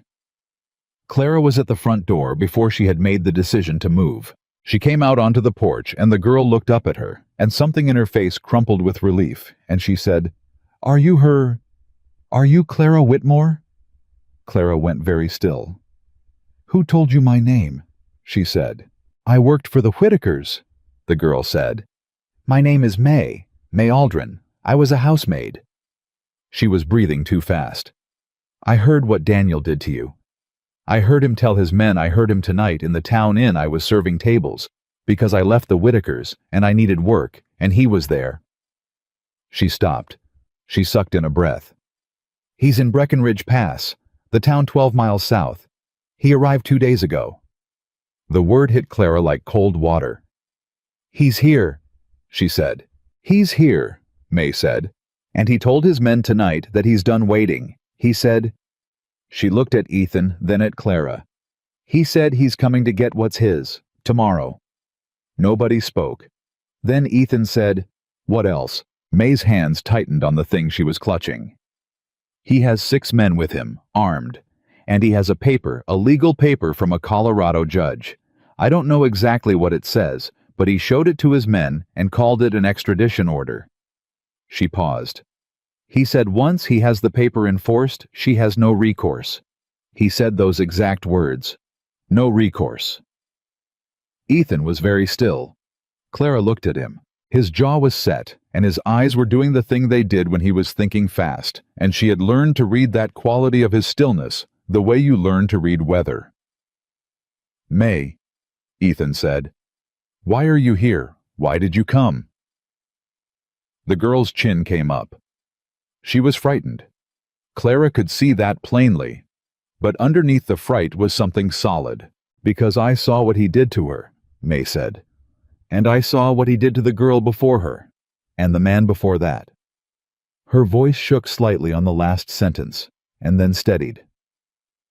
Someone had to say something. Someone had to actually say something. She held out what she had been clutching. It was a folded paper. "I took this from the table when Daniel went to get more whiskey," she said. "I don't know if it helps, but it was the only thing I could think to do." Ethan took it. He unfolded it. He read it. Clara watched his face. Something happened there, a tightening, and then a release, and then the particular focused calm that meant he had understood something important. He handed it to Clara. It was not a legal document. It was a letter handwritten addressed to Daniel Whitaker from a name Clara did not recognize. But the content made her stomach drop. It was brief and specific, the order of events for tomorrow. The approach to the ranch, the time, the specific language to use when presenting the extradition paper to make it sound more legally binding than it was. A plan laid out in 8 short lines written by someone who knew exactly what they were doing. And at the bottom 2 initials, HB. Clara's hand tightened on the paper. "Briggs," she said. "He's here too," Ethan said, "in Breckenridge Pass." "That letter was written today. Those initials, you're certain?" "Harold Briggs. Yes." She handed it back. Her hand was not shaking. She made sure of it. "He's coordinating this. He's been coordinating it from the beginning." Ethan folded the letter and put it in his pocket. He turned to May. "You're staying here tonight. We'll sort the rest in the morning." May blinked. "I can go." "You can't go back there," Ethan said. "They'll know someone took that letter by morning. You're not going back into that town." He looked at Clara. "Put her in the kitchen. Get her something to eat." He turned and went back inside. Clara looked at May. May looked at Clara. "Is he always like that?" May said. "Pretty much," Clara said. May let out a breath that was almost a laugh. "Does it help?" "More than I expected," Clara said, and meant it. She brought May inside and sat her at the kitchen table and made hot coffee and found leftover bread, and the girl ate like someone who had been running for hours, which she probably had.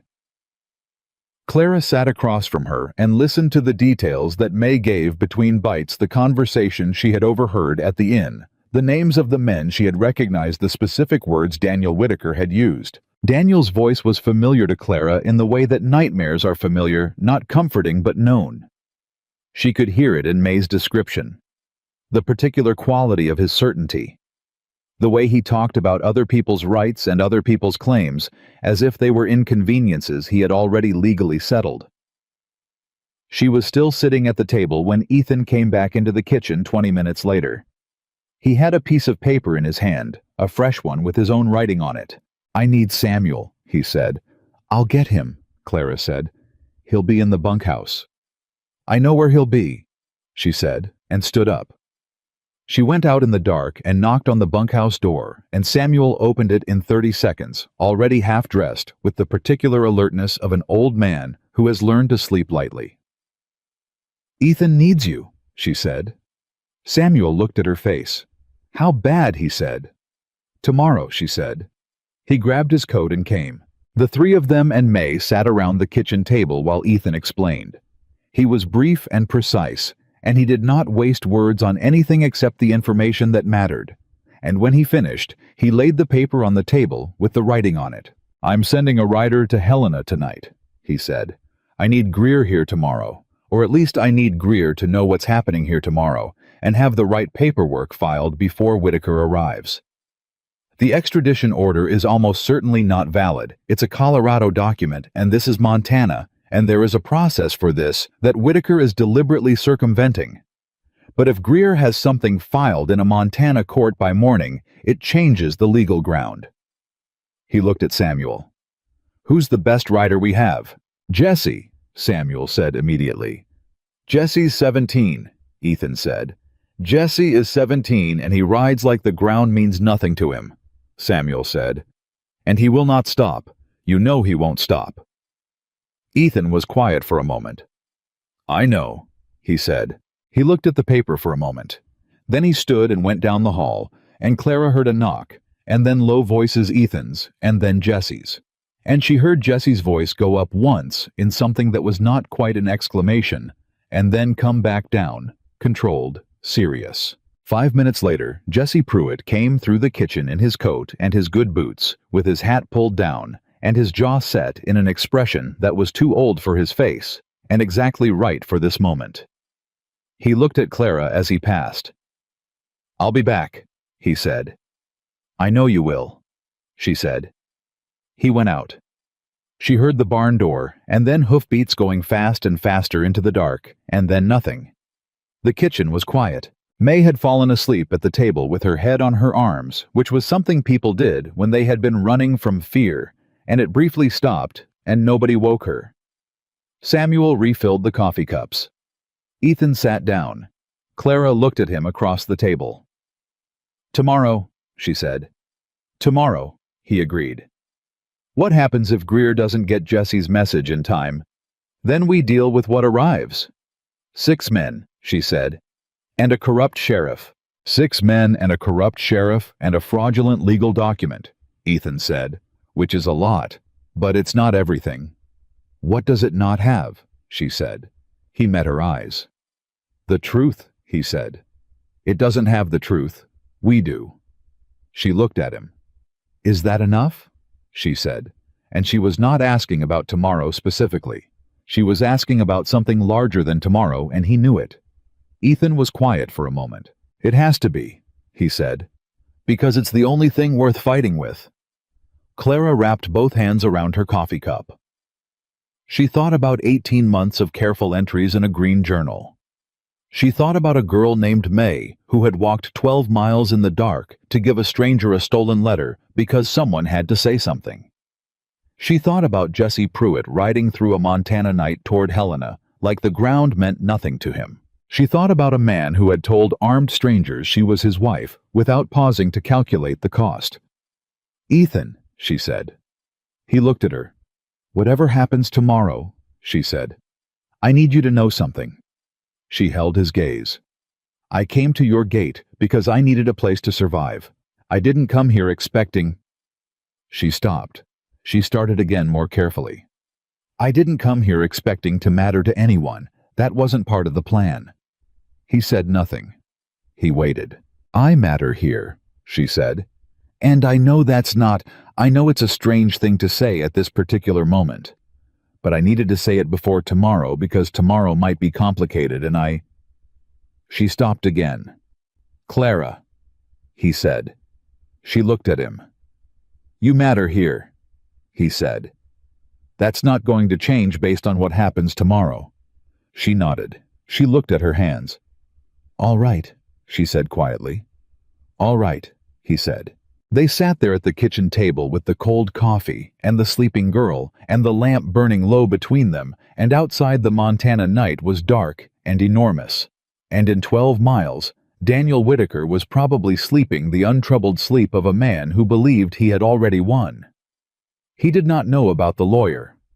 He did not know about Jesse Pruitt riding in the dark. And he did not know he could not have known what it meant to come after a woman who had spent 4 months surviving alone and had then spent 3 weeks being believed by people who had no reason to believe her, except that they had seen who she was and decided it was enough. Ethan sat at his kitchen table with the lamp between them and thought about tomorrow, about the angles of it, about what he controlled and what he didn't.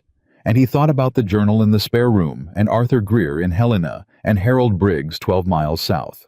He thought about Margaret briefly, the way he sometimes did when things got serious. Not with grief exactly, more with the particular acknowledgement that she would have had something precise and useful to say about this moment, and he would have listened to every word. He thought Margaret would have liked Clara. He thought Margaret would have said very clearly that whatever he was doing, this slow, careful building of something that neither of them had named yet, he should stop being so careful about it and simply do it.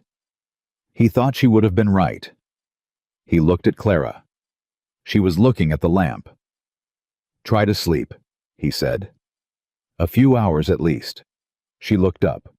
"You should sleep too," she said. "I will," he said. He did not. He sat at the table until the lamp burned down, and then he sat in the dark the way he had sat in the dark on the night she arrived, and he went through every plan in order, and then he went through the plan after those plans. And then he sat quietly, with whatever was left when the planning was done, and just let the night be what it was. A door that had been stuck for years moving, an inch at a time, but moving. Dawn came in hard and cold, and Ethan was already at the gate when it did. He had not slept. He had sat at the kitchen table until the lamp burned out, and then he had gone through the house once quietly checking locks and windows, and the position of things the way a man checks his ranch before a storm he cannot stop but can prepare for. He had made coffee before the sun came up, and he had drunk it standing at the window watching the road south go from black to gray to the particular pale nothing of early morning. Samuel found him there at 5:30. "Jesse, make it," Samuel said. "No word yet," Ethan said. "Which is what I expected. Helena is 12 miles of hard road in the dark. He got there sometime in the night. Whether Greer was reachable at that hour is another question." Samuel poured his coffee. "And if he wasn't, then Jesse waits until morning and tries again, and we deal with whatever arrives here before Greer does." Ethan turned from the window. "I need the hands up and positioned before 7. Hank on the south fence. Tommy on the east approach. You at the gate with me. And the women. May stays in the house. Clara." He stopped. Samuel waited. "Clara does what Clara decides," Ethan said, which was not what he had planned to say, but was more honest than what he had planned. Samuel looked at him over his coffee cup. "You know she's not going to stay in the house," Samuel said. "I know. You're not even going to try to make her—" "I tried once before. It didn't take." Something moved in Ethan's face that was not quite a smile. "She is not a woman who takes." Samuel set his cup down. "Ethan." Ethan looked at him. "Whatever happens today," Samuel said slowly and deliberately, the way Samuel said things that mattered. "This is the right thing. What you're doing, standing with her. This is the right thing." Ethan picked up his rifle from against the wall. "I know that," he said. "I knew it the night she arrived." He moved toward the door. "Get the hands up, Samuel. We don't have much time." He went out. Clara was in the kitchen when he came back through 20 minutes later.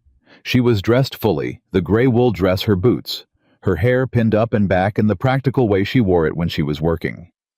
She had made a full breakfast despite everything the way she always did, because Clara Whitmore's response to crisis was apparently to ensure that everyone around her was fed before it arrived. She was standing at the stove, and she turned when he came in and looked at him with that direct, clear look and said, How much time do we have?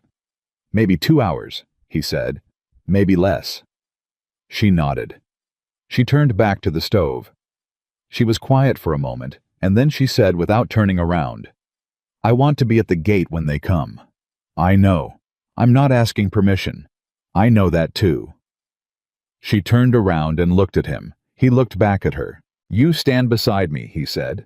Not behind me, beside me. And you let me speak first. And after you speak first, after I speak first, you say exactly what you need to say. He held her gaze. I'll make sure you get the chance to say it. Something in her face shifted something that had been held tightly for a very long time. All right, she said. May came in from the spare room, still in the clothes she had traveled in, her hair loose. She looked at them both and clearly understood the quality of the silence she had walked into. It's today, she said. Yes, Clara said. May sat down at the table. She looked at her hands. Then she looked up. I want to be there too. Ethan said, May. I heard what he said last night at the inn, May said. I know what he told his men. I know specific words he used. Her jaw was set in a way that was young and absolutely certain. The way people are certain when they are frightened enough that the fear has burned down to something simpler. That's evidence too, what I heard, isn't it? Ethan looked at her. Yes, he said. It is. Then I want to be there. She looked at Clara. You weren't alone when you were building that case. You didn't know it, but I saw things too. I didn't know what to do with it until now. Clara crossed to the table and sat down across from May. You walked 12 miles in the dark, Clara said. Wasn't the hardest thing I've done for a Whitaker, May said, and then caught herself, and something darkly funny crossed her face. I mean that differently than it sounds. Clara looked at her for a moment. Then she reached across the table and put her hand briefly on May's. You'll stand with us, she said. May pressed her lips together hard, nodded. Ethan drank his coffee, and did not say that 3 women at the gate against 6 armed men and a corrupt sheriff was not a picture that filled him with confidence, because it did not matter what picture it was. What mattered was what was true. And what was true was that the people standing at his gate this morning were standing on the right side of something, and that was the only ground Ethan Callahan had ever known how to hold. He ate breakfast. They all did. The food tasted like the last quiet thing before a loud thing, which it was. At 8:30, Hank Delaney came in from the south fence at a pace that was not running, but was everything short of it. Riders, he said from the back door. South Road. Count 7, maybe 8, moving with intention. Ethan was on his feet before Hank finished the sentence. How long? He said. 10 minutes. 15 if they slow at the creek crossing. Ethan looked at Samuel, who was already at the door. He looked at Clara. She was already standing. Let's go, she said. They went out. The morning was cold and very clear. The kind of clear that makes distances look shorter than they are, and sounds carry further than you expect. Ethan took up his position at the gate with his rifle in his hands, not raised, just held the way. You hold something you are not planning to use unless you have to. Samuel was to his left. Clara was to his right, exactly where she had placed herself, and she had the pistol in her coat pocket, and her hands were not in her pockets, and her face was composed in the way that took effort and didn't show it. May stood 1 step behind Clara and to the right. The hands were positioned around the property in the places Ethan had told them, visible enough to be counted far enough back to not be a provocation. They waited.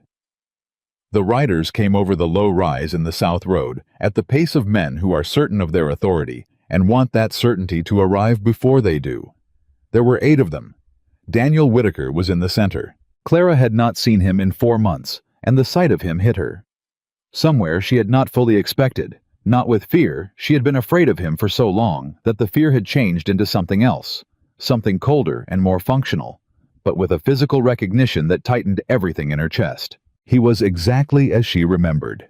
Dark-haired, well-dressed, even for a ranch road, sitting his horse with the easy confidence of a man who had never once been denied anything he decided he wanted. He was handsome in a way that had probably gotten him out of more situations than it had gotten him into, and he knew it, which made it worse. To his left was a man Clara did not recognize heavyset badge on his coat, which caught the morning light and meant everything and nothing. Harold Briggs. She had never seen him in person. She had only his name written 4 times in a green journal in her own handwriting. Seeing the badge made something in her stomach tighten, because a badge was a fact, and facts were things you had to work around carefully. She breathed. She kept her face still. The riders pulled up at the gate. Daniel's eyes went immediately to Clara, and they stayed there, and the look in them was not anger that would have been easier, but satisfaction. The particular satisfaction of a man who has been proven right about something he never doubted. "Clara," he said. She said nothing. Ethan said, "Mr. Whitaker." Daniel looked at Ethan with the brief assessing look of someone deciding how much attention a person deserves. "You'd be Callahan," he said. "I would." "I've heard of you." Daniel reached into his coat and produced a folded document. "I have a legal order here signed by Judge Harlow of Larimer County, Colorado, for the extradition of Clara Whitmore on charges of theft and fraud. I'm here to execute it." Ethan did not move. "Let me see it." "It's a legal document." "Let me see it." The 2 words were quiet and final in a way that did not leave room for a third option. Daniel handed it through the gate. Ethan opened it. He read it with the same careful attention he gave everything. He read it twice.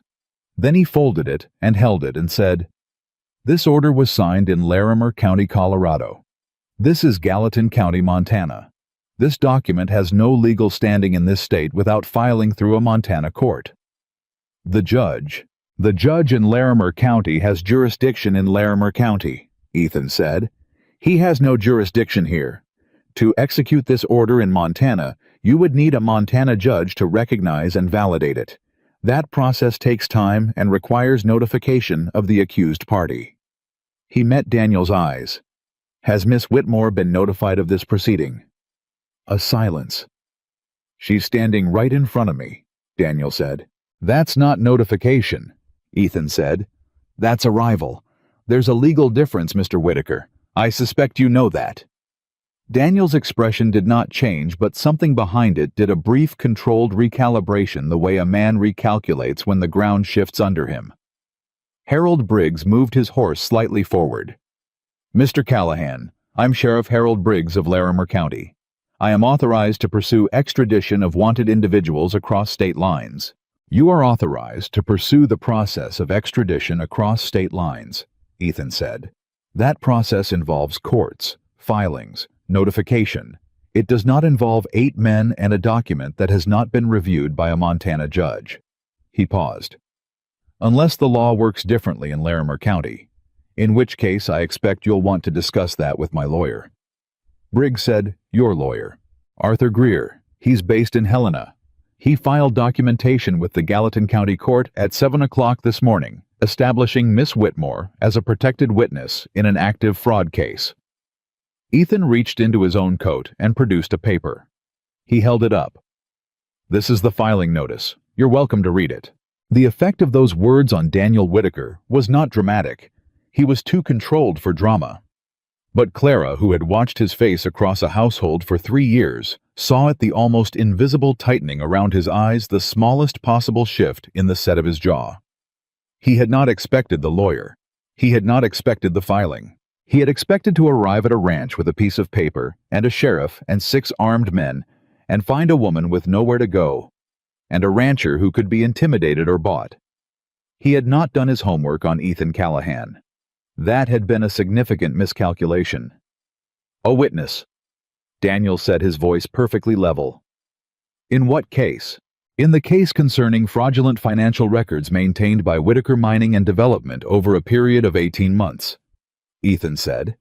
"Specifically, the misappropriation of funds and false attribution of those funds to innocent employees." He paused. "I believe you're familiar with the details." Daniel looked at Clara. She looked back at him. "Clara?" he said, and this time his voice had a different quality, lower, more personal.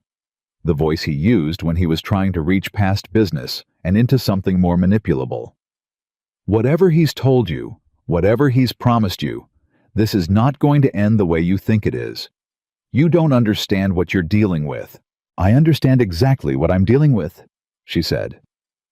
It was the first time she had spoken. Her voice was steady.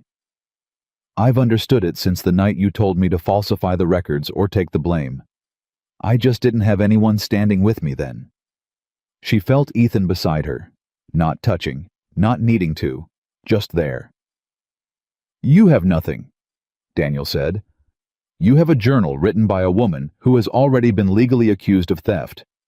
The credibility of that document is supported by 2 years of cross-referenced financial records from the Whitaker Company accounts, Clara said, which Mr. Greer has already subpoenaed. She watched his face. You kept very good records, Daniel. So did I. The difference is that mine are honest. A beat of silence. Briggs said, This is not the place to... There's also the matter of Sheriff Briggs's appearances in those records, Ethan said. The silence that followed was of a completely different quality. Briggs turned to look at Ethan. His face had gone through something, a flash of something that was not the controlled professional expression of a lawman, but the raw, unguarded expression of a man who has just had a floor disappear beneath him. I don't know what you think you have, Briggs said. 4 entries, Clara said.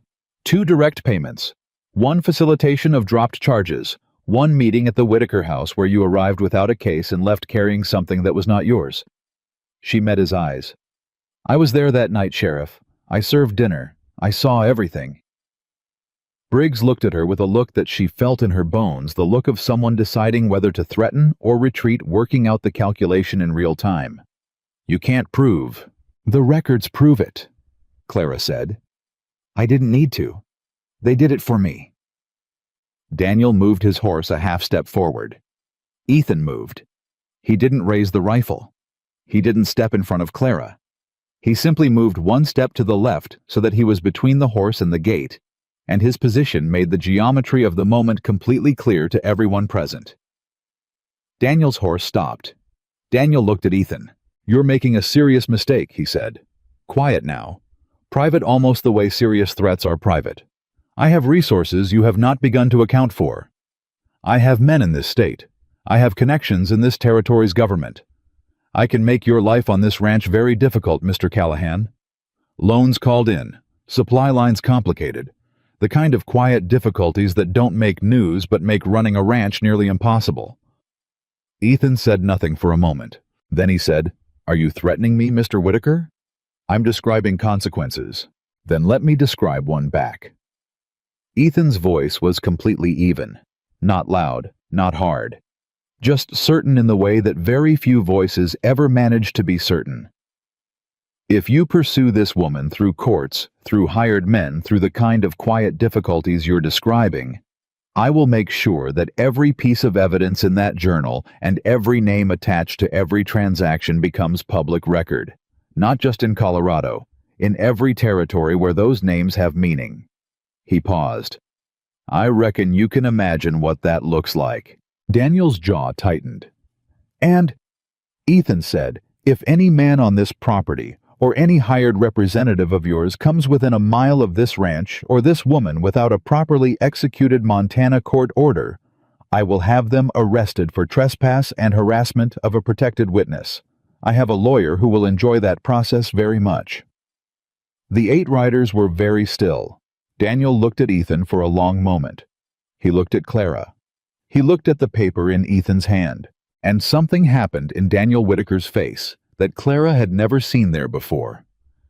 It was not defeat exactly, he was too proud for defeat to show clearly, but it was the recognition of a man who has walked into a room and found it organized differently than he had planned for, and who is now doing the fast, painful mathematics of what it will cost to push through versus what it will cost to regroup. He was choosing. She could see him choosing. Behind her, from the direction of the ranch road, she heard hoofbeats. A single horse coming fast. Jesse Pruitt came over the rise at the pace he rode. Everything, like the ground, meant nothing, and he pulled up just behind the gate with his face flushed from cold and hard riding. and his eyes taking in the scene with the quick, comprehensive scan of someone who has been moving toward something important and needs to understand immediately what he has arrived at. He reached into his coat and pulled out a paper. "From Mr. Greer," he said, breathing hard. He held it out to Ethan. "He says to tell you the filing went through at 7, and this is the court's acknowledgement. He says he'll be here by noon." Jesse looked at Daniel Whitaker. He looked at the badge on Briggs. He looked back at Ethan. "Did I make it in time?" "Yes," Ethan said. He took the paper without looking away from Daniel. "You made it." Jesse let out a long breath. His horse stamped, and he steadied it without looking down. Ethan held up the second paper alongside the first. "The filing is confirmed," he said to Daniel. "Clara Whitmore is a protected witness in an active case being pursued through Montana courts. Anything you do from this point forward occurs in that legal context." He lowered the papers. "I'd suggest you speak to your own lawyer before you make any further decisions." The silence lasted a long time. Then Daniel Whitaker pulled his horse around. He did not say anything. He did not threaten again, and he did not apologize, and he did not look at Clara as he turned, which told her more than if he had. He turned his horse, and he rode back the way he came, and 6 of his men went with him. Briggs did not move immediately. He sat on his horse and looked at Ethan, and then at Clara, and his face had the particular quality of a man who knows he has been outmaneuvered and is trying to decide how much of a problem that is going to be for him personally. "Miss Whitmore," he said. "Sheriff," she said. "Whatever you think you have on me." "I don't think anything," she said. "I wrote down what I saw, that's all." She looked at him steadily. "That's all I ever did."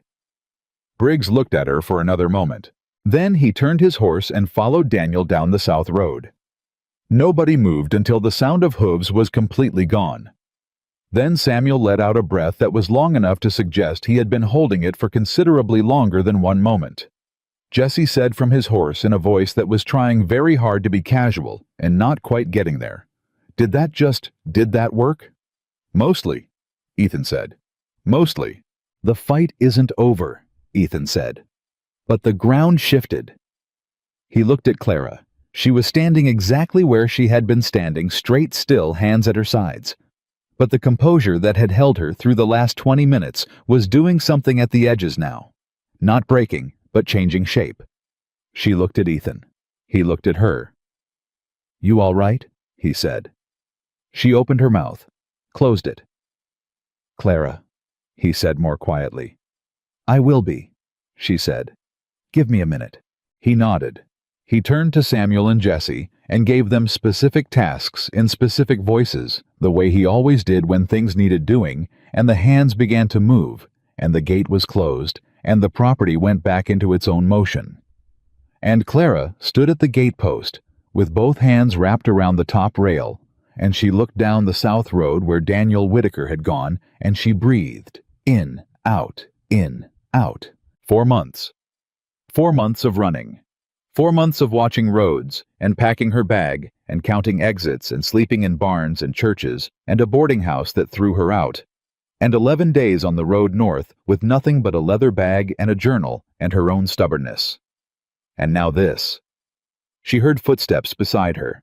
May came and stood next to her at the gate rail. The girl did not say anything. She simply stood there, the way people stand with each other when they understand that words are not what is needed. Clara looked at her sideways. "You know what I keep thinking about," Clara said. "What?" "The night I arrived here. I was standing right here at this gate in that thunderstorm." She looked at the post under her hands. "I couldn't make myself knock. I just stood there, in the rain, for probably 5 minutes." "What made you knock?" May said. Clara thought about it. "I ran out of other options," she said.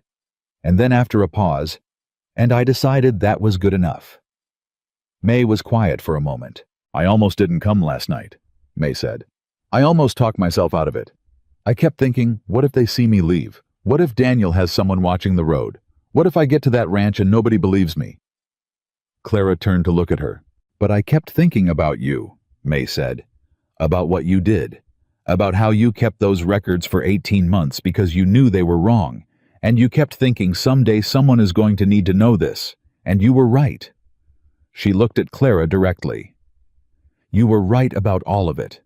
Clara felt something in her chest do a thing she was not going to examine too carefully right now. You were brave, she said. So were you, May said. So were you, for way longer. They stood there at the gate together in the clear, cold morning. Behind them, from the direction of the barn, they heard Jesse Pruitt telling someone loudly and at length about his ride to Helena, which seemed to have already achieved the status of a legend in his own retelling of it. They heard Samuel say something short and dry in response. They heard someone Hank probably laugh for the first time that Clara could remember hearing Hank laugh. The sound of it was something. It was the sound of a morning after which is its own specific sound, different from every other kind of morning. Clara pushed off from the gate. She walked back toward the house. Ethan was at the kitchen table when she came in writing, already moving to the next thing the way he always did. Because Ethan Callahan's response to a crisis averted was apparently to begin immediately addressing what came next. She sat down across from him. "What are you writing?" she said. "A letter to Greer," he said without looking up. "He needs the full context of what happened this morning before he gets here. And I need him to understand that the extradition order needs to be formally challenged even though Whitaker retreated, because retreat is not the same as abandonment, and Whitaker is not an abandoning kind of man." "No," she said. "He is not." Ethan wrote for another minute. Then he set his pen down and looked at her. "You were extraordinary out there," he said. The words arrived in a way she had not quite prepared for. She said, "I was terrified." "I know," he said. "That's what I mean." He held her gaze. Ordinary people manage things when they're not afraid. Extraordinary people manage them when they are. She looked at him for a long moment. "Ethan," she said. "Yes." She took a breath. "When this is over," she said. "When Greer has been here and the case is filed properly, and Daniel can't walk back any of it, when this is genuinely over." She stopped, started again. "I don't know what I'm supposed to do. I have been moving toward the next thing for so long that I can't quite see past it." He was quiet. "What do you want to do?" he said. She looked at her hands. "I want to stay," she said.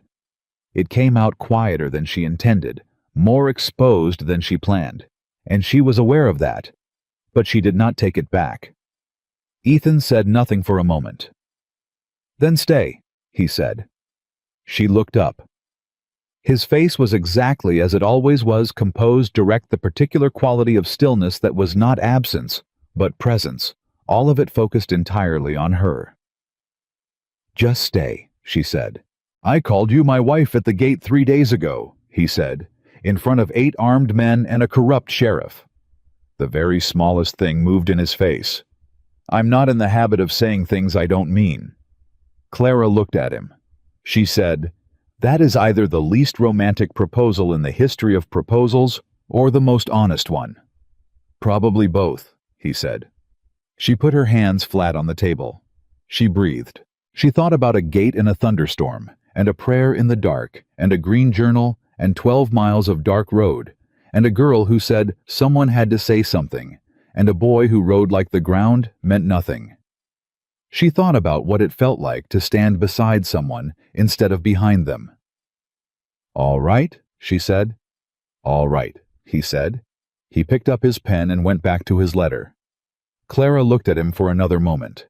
Then she got up and went to the stove and started coffee, because Arthur Greer was coming at noon, and there was work to do, and the morning was not done yet, not by a long way. But for the first time in 4 months, maybe longer, she was not doing it alone. And that, she thought, was everything. That was the whole of it.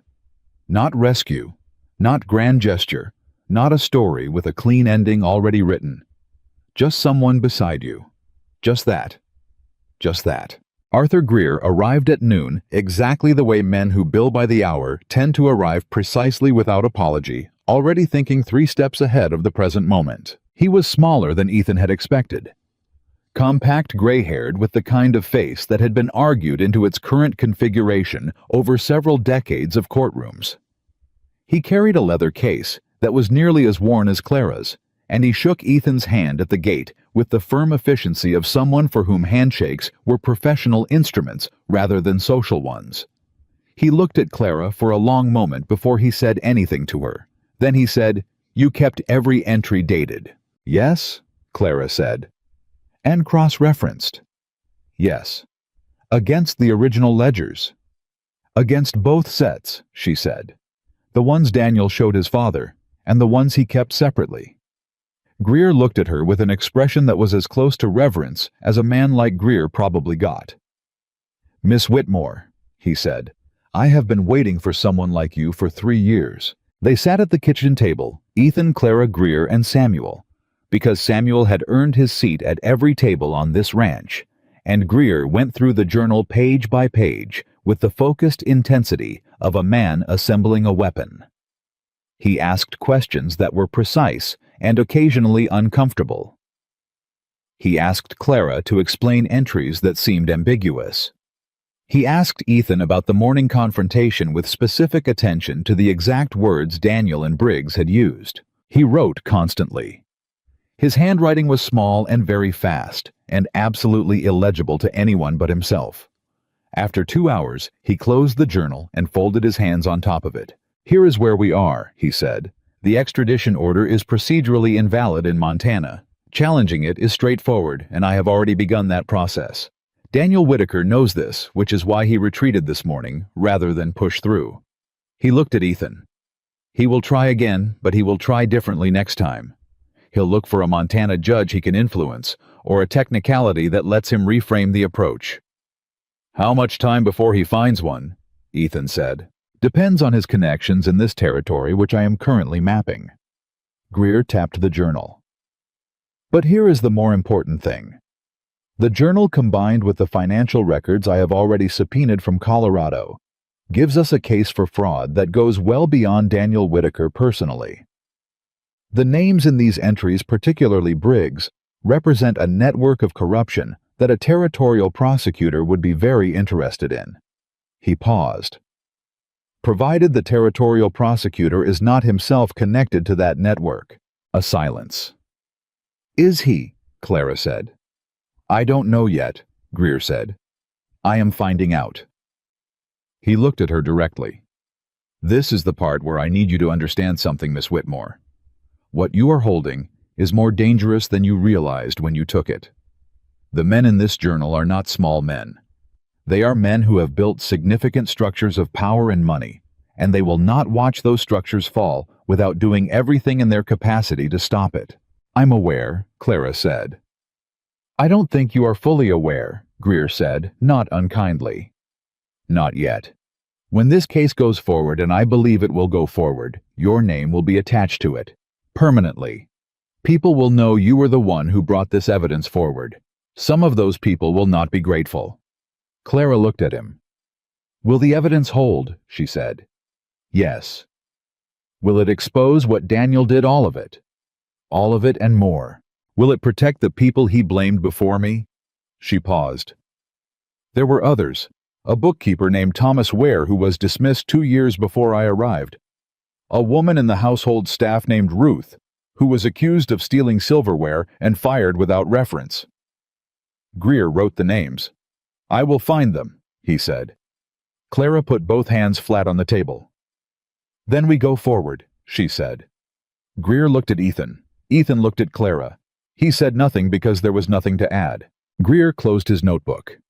"I'll need a safe place to work for the next several days. The case filing needs to be completed here in this county before Whitaker makes his next move." "You'll have it," Ethan said. "And I'll need Miss Whitmore available for questions at any time." "She'll be available," Ethan said. Clara said, "I can speak for my own availability." Ethan said, "I know. You will be available." The corner of Greer's mouth moved in the direction of a smile. He stood and picked up his case. "I'll start this afternoon." He looked at the kitchen. He looked at the table and the coffee and the organized, purposeful quality of the room. "This is a good place to work," he said, which was Clara suspected high praise from Arthur Greer. He went to the room Samuel had prepared for him. Samuel got up to refill the coffee. In the quiet that followed, Clara became aware that she was exhausted in a way that went to her bones. The kind of exhaustion that only arrives when the thing you have been holding yourself rigid against has finally moved enough to let your muscles remember they are tired.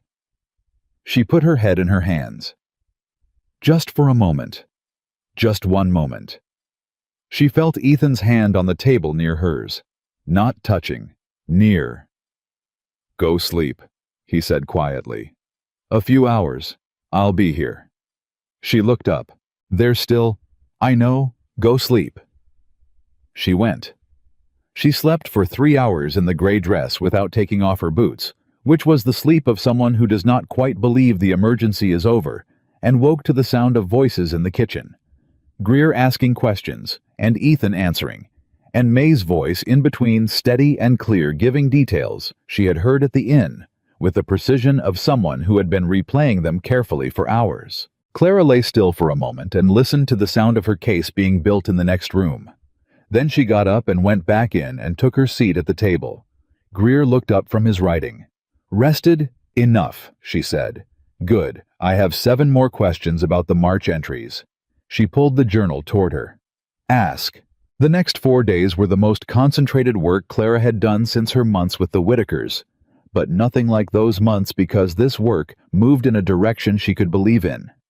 Greer was relentless and meticulous, and occasionally maddening in the specificity of what he needed, and Clara matched him point for point, and between the two of them they built something that Greer on the 3rd evening looked at across the table and said simply was the strongest fraud case he had assembled in 22 years of practice. "That's saying something," Samuel said from his corner. "It is." Greer agreed without false modesty.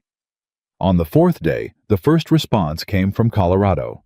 It was not from Daniel. It was from Robert Whitaker. The letter arrived through Greer's Helena office and was forwarded by Ryder. Greer read it at the kitchen table, with an expression that moved through several phases before settling on something that Clara could not entirely read. He set it down. "Robert Whitaker wants to meet," he said. Everyone in the kitchen went still. "With who?" Ethan said. "With Miss Whitmore." Greer looked at Clara. "He says, and I am reading this precisely, that he has become aware of information regarding his son's activities, and he wishes to speak with the woman who documented them before any further legal proceedings occur." Clara said. "He's known." Greer looked at her. "He's known something," she said. "Maybe not all of it, but Robert Whitaker didn't build what he built by being unaware of what happened in his own house." She looked at the letter. "He's not reaching out to stop the case. He's reaching out because he wants to control how it unfolds." "That's my read as well," Greer said. "Is it in his interest to cooperate?" Ethan said. "Significantly," Greer said. "If Robert Whitaker cooperates with this case, provides access to internal records, confirms the authenticity of the documents Clara has described, potentially testifies, the case against Daniel becomes unassailable, and Robert distances himself legally from his son's actions." He paused. "It also accelerates the case considerably.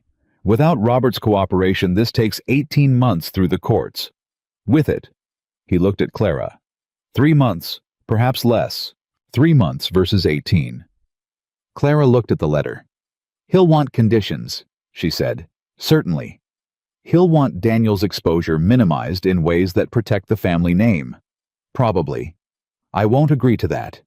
Her voice was flat and clear. Thomas Ware lost his position and his reputation. Ruth lost hers. Whatever happened to the people before them? Daniel does not get to keep his name because his father decides to be helpful now. Greer looked at her for a moment. "I will convey that," he said, "exactly as you have stated it." He wrote the response that afternoon. The waiting was the hardest part. Clara moved through the ranch work with the same purposeful motion she had always brought to it. But there was an electric quality to the days now, a sense of things moving at a pace she could not see, but could feel the way you feel, weather changing before you can name the specific change. Jesse had gone quiet in the way he went quiet when he was thinking hard about something. On the second evening of waiting, he found Clara in the garden and stood near her, the way he always did when he wanted to say something and wasn't sure of his welcome. "Jessie," she said without looking up from the row she was weeding. "Yes, ma'am." "Say what you came to say." He crouched down near her. He picked up a clump of soil and turned it in his hands and looked at it. "Is it true what I heard Greer say, that your name's going to be attached to this case forever? That some people aren't going to like it?" "Yes," she said. "Does that scare you?" She considered this honestly. "Some," she said. "Yes." He nodded. He was quiet for a moment. "My mother told me once that the things worth doing are usually the things that scare you," he said. She said the feeling of being scared and the feeling of being brave are actually the same feeling, just named differently depending on whether you stop or keep going. Clara's hands stilled in the soil. She looked at him. He went slightly pink. "I reckon that's probably something you already know," he said. "It is," she said. "But it's good to hear it from someone else." She looked back at the garden. "Your mother sounds like a wise woman." "She is," he said. "You'd like each other." Clara looked at him sideways. He met her eyes, and something in his face was so earnest and young and certain that she felt a warmth in her chest that had nothing to do with the sun. "I expect we would," she said. He stood. He brushed the soil from his hands. He was about to go, and then he turned back. "For what it's worth," he said. "I've been watching this ranch my whole working life, and I've never seen—" He stopped. He started again. "I've never seen Ethan Callahan sit at the dinner table and talk about something other than horses and fences and weather until you came." He said it quickly, like something he had planned and was getting out before he lost his nerve. "I just thought you should know that."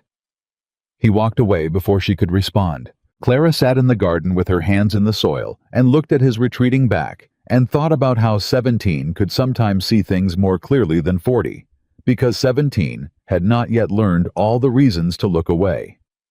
Robert Whitaker's response came 6 days later. He agreed to cooperate. He agreed to provide full access to the company's internal records, dating back 3 years. He agreed to confirm the authenticity of every document Clara had referenced. He agreed to provide a sworn statement regarding his son's role in the fraudulent activity. His single condition was that his own testimony would clearly establish his ignorance of the scheme until recently, which Greer reviewed, discussed with Clara at length, and determined was both legally accurate and acceptable because the evidence supported it. Robert had not known the full extent. He had suspected. There was a difference, and Greer was precise about that difference. Clara sat with the agreement in her hands for a long time. "He's sacrificing his son," she said. "He's protecting what he built," Greer said, "which requires acknowledging what his son tried to destroy." "Is there a difference?" Greer thought about it. "In terms of outcome, no. In terms of what it costs him, yes. Significant difference." He paused. "Robert Whitaker is not a good man in every sense, but he built something real, as you once said, and he knows what real looks like. And he knows his son is not it." She set the agreement on the table. "All right," she said, "we go forward." The case was filed in full with the Gallatin County Court 11 days after Greer's arrival at Callahan Ranch. It named Daniel Whitaker Harold Briggs and 3 associates identified through the journal and the subpoenaed records. It included sworn statements from Robert Whitaker, Clara May, and 2 former Whitaker employees that Greer had located Thomas Ware, who had returned to Kansas and was reached by telegram, and a woman named Edna Cross, who turned out to have been keeping her own private notes for self-protection, and wept when Greer contacted her because she had believed for 2 years that she was entirely alone with what she knew. The morning Greer filed the case, he came back to the ranch and told Clara at the kitchen table. She was very still for a moment. Then she said, "Is it done?" "The filing is done," he said. "The case will proceed from here. There will be hearings. There will be a trial. Daniel will almost certainly engage his own lawyers and attempt to challenge the evidence and the witnesses.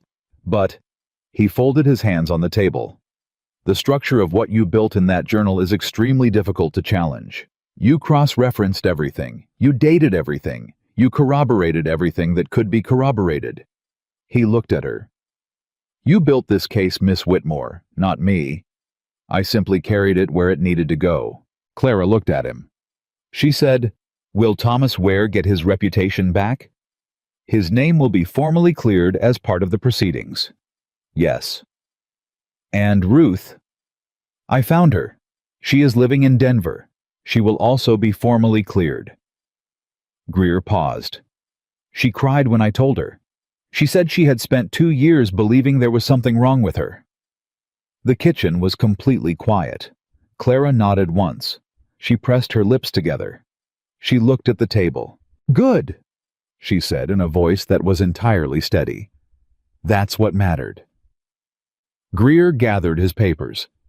He stood. He picked up his case. "I'll be in Helena," he said. "You'll hear from me the moment there is any movement from Whitaker's lawyers.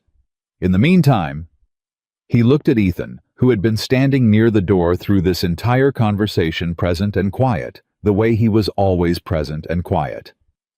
"Take care of her." "She takes care of herself," Ethan said. "I'm aware," Greer said. "Take care of her anyway." He shook Ethan's hand. He nodded at Clara.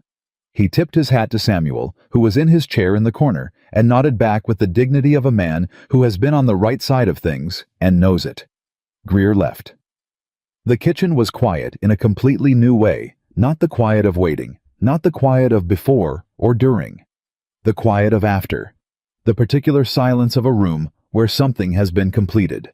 Samuel got up and put his cup in the basin. "I'm going to go check the south fence," he said.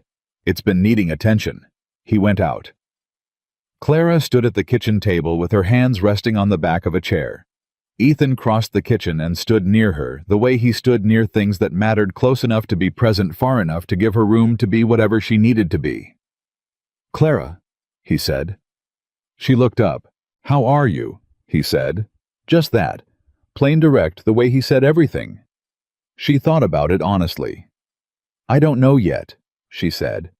"I've been aimed at this for so long that I'm not—" She stopped. "I don't quite know what to do with the space where it was." "You don't have to know yet," he said. "I know." She looked at him. "I keep waiting to feel like it's over, but it doesn't feel over. It just feels—" She searched for the word.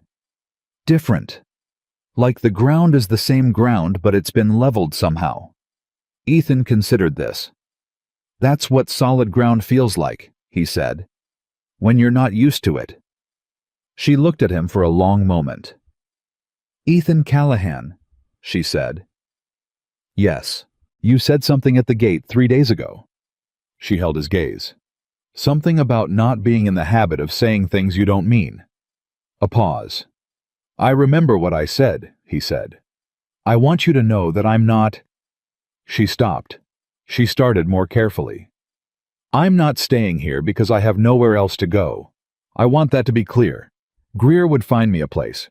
You know that and I know that. I have options now that I didn't have 4 months ago." "I know," he said. "I'm staying because I want to stay." She held his eyes. "And because when I stand beside you, I feel like I'm standing on ground that holds, and I haven't felt that in—" She stopped. "Longer than 4 months." Ethan was very still. Then he did something she had never seen him do, not once in the week since she had arrived at his gate. He reached out and put his hand over hers where it rested on the back of the chair. Just that. His hand over hers. "Then stay," he said. Clara Callahan. She looked down at his hand. She turned hers over so their palms were together. "I intend to," she said. The days that followed were not a fairy tale. They were better than a fairy tale, which is to say they were real. The case moved forward through Helena and then through Colorado courts with the methodical momentum of something that has been built properly and does not require constant tending. Greer sent letters. Clara responded to them. Daniel Whitaker's lawyers challenged 2 entries in the journal and lost both challenges because Clara had cross-referenced everything and the cross-references held. Harold Briggs resigned from the Larimer County Sheriff's Office before charges were filed, which Greer said was a very specific kind of admission and would not save him. It did not save him. Thomas Ware received a formal letter of exoneration and a settlement from the Whitaker estate that Robert Whitaker arranged without being asked to, which was the closest thing to conscience that Greer had ever seen from a man in Robert Whitaker's position. Edna Cross, who had kept her own notes for 2 years in self-protection, was cited as a corroborating witness, and her account matched Clara's so precisely and from such a different vantage point that the case's credibility became essentially unassailable. May Aldrin stayed at Callahan Ranch through the spring. She had arrived with nothing, and she left in April with a reference letter from Ethan that described her character and her courage in the particular plain direct language that made Ethan's letters more powerful than decorated ones, and a position in Helena at a household that Greer had recommended, and the knowledge that she had walked 12 miles in the dark for the right reason, and it had mattered. The morning May left, Clara stood at the gate to see her off. May turned in the saddle and looked back. "Someone had to say something," Clara said. May's chin came up the way it always did when she was trying not to show what she felt. "Yes," she said. "Someone did." She rode south. Clara watched until the road was empty. Then she turned back toward the house. Jesse was at the barn fixing something that always needed fixing, and he raised one hand without looking up, because Jesse had gotten comfortable in the specific way that young people get comfortable when they have found a place they belong, and comfort made him quieter and more certain and less in need of performing anything for anyone. Samuel was at the fence.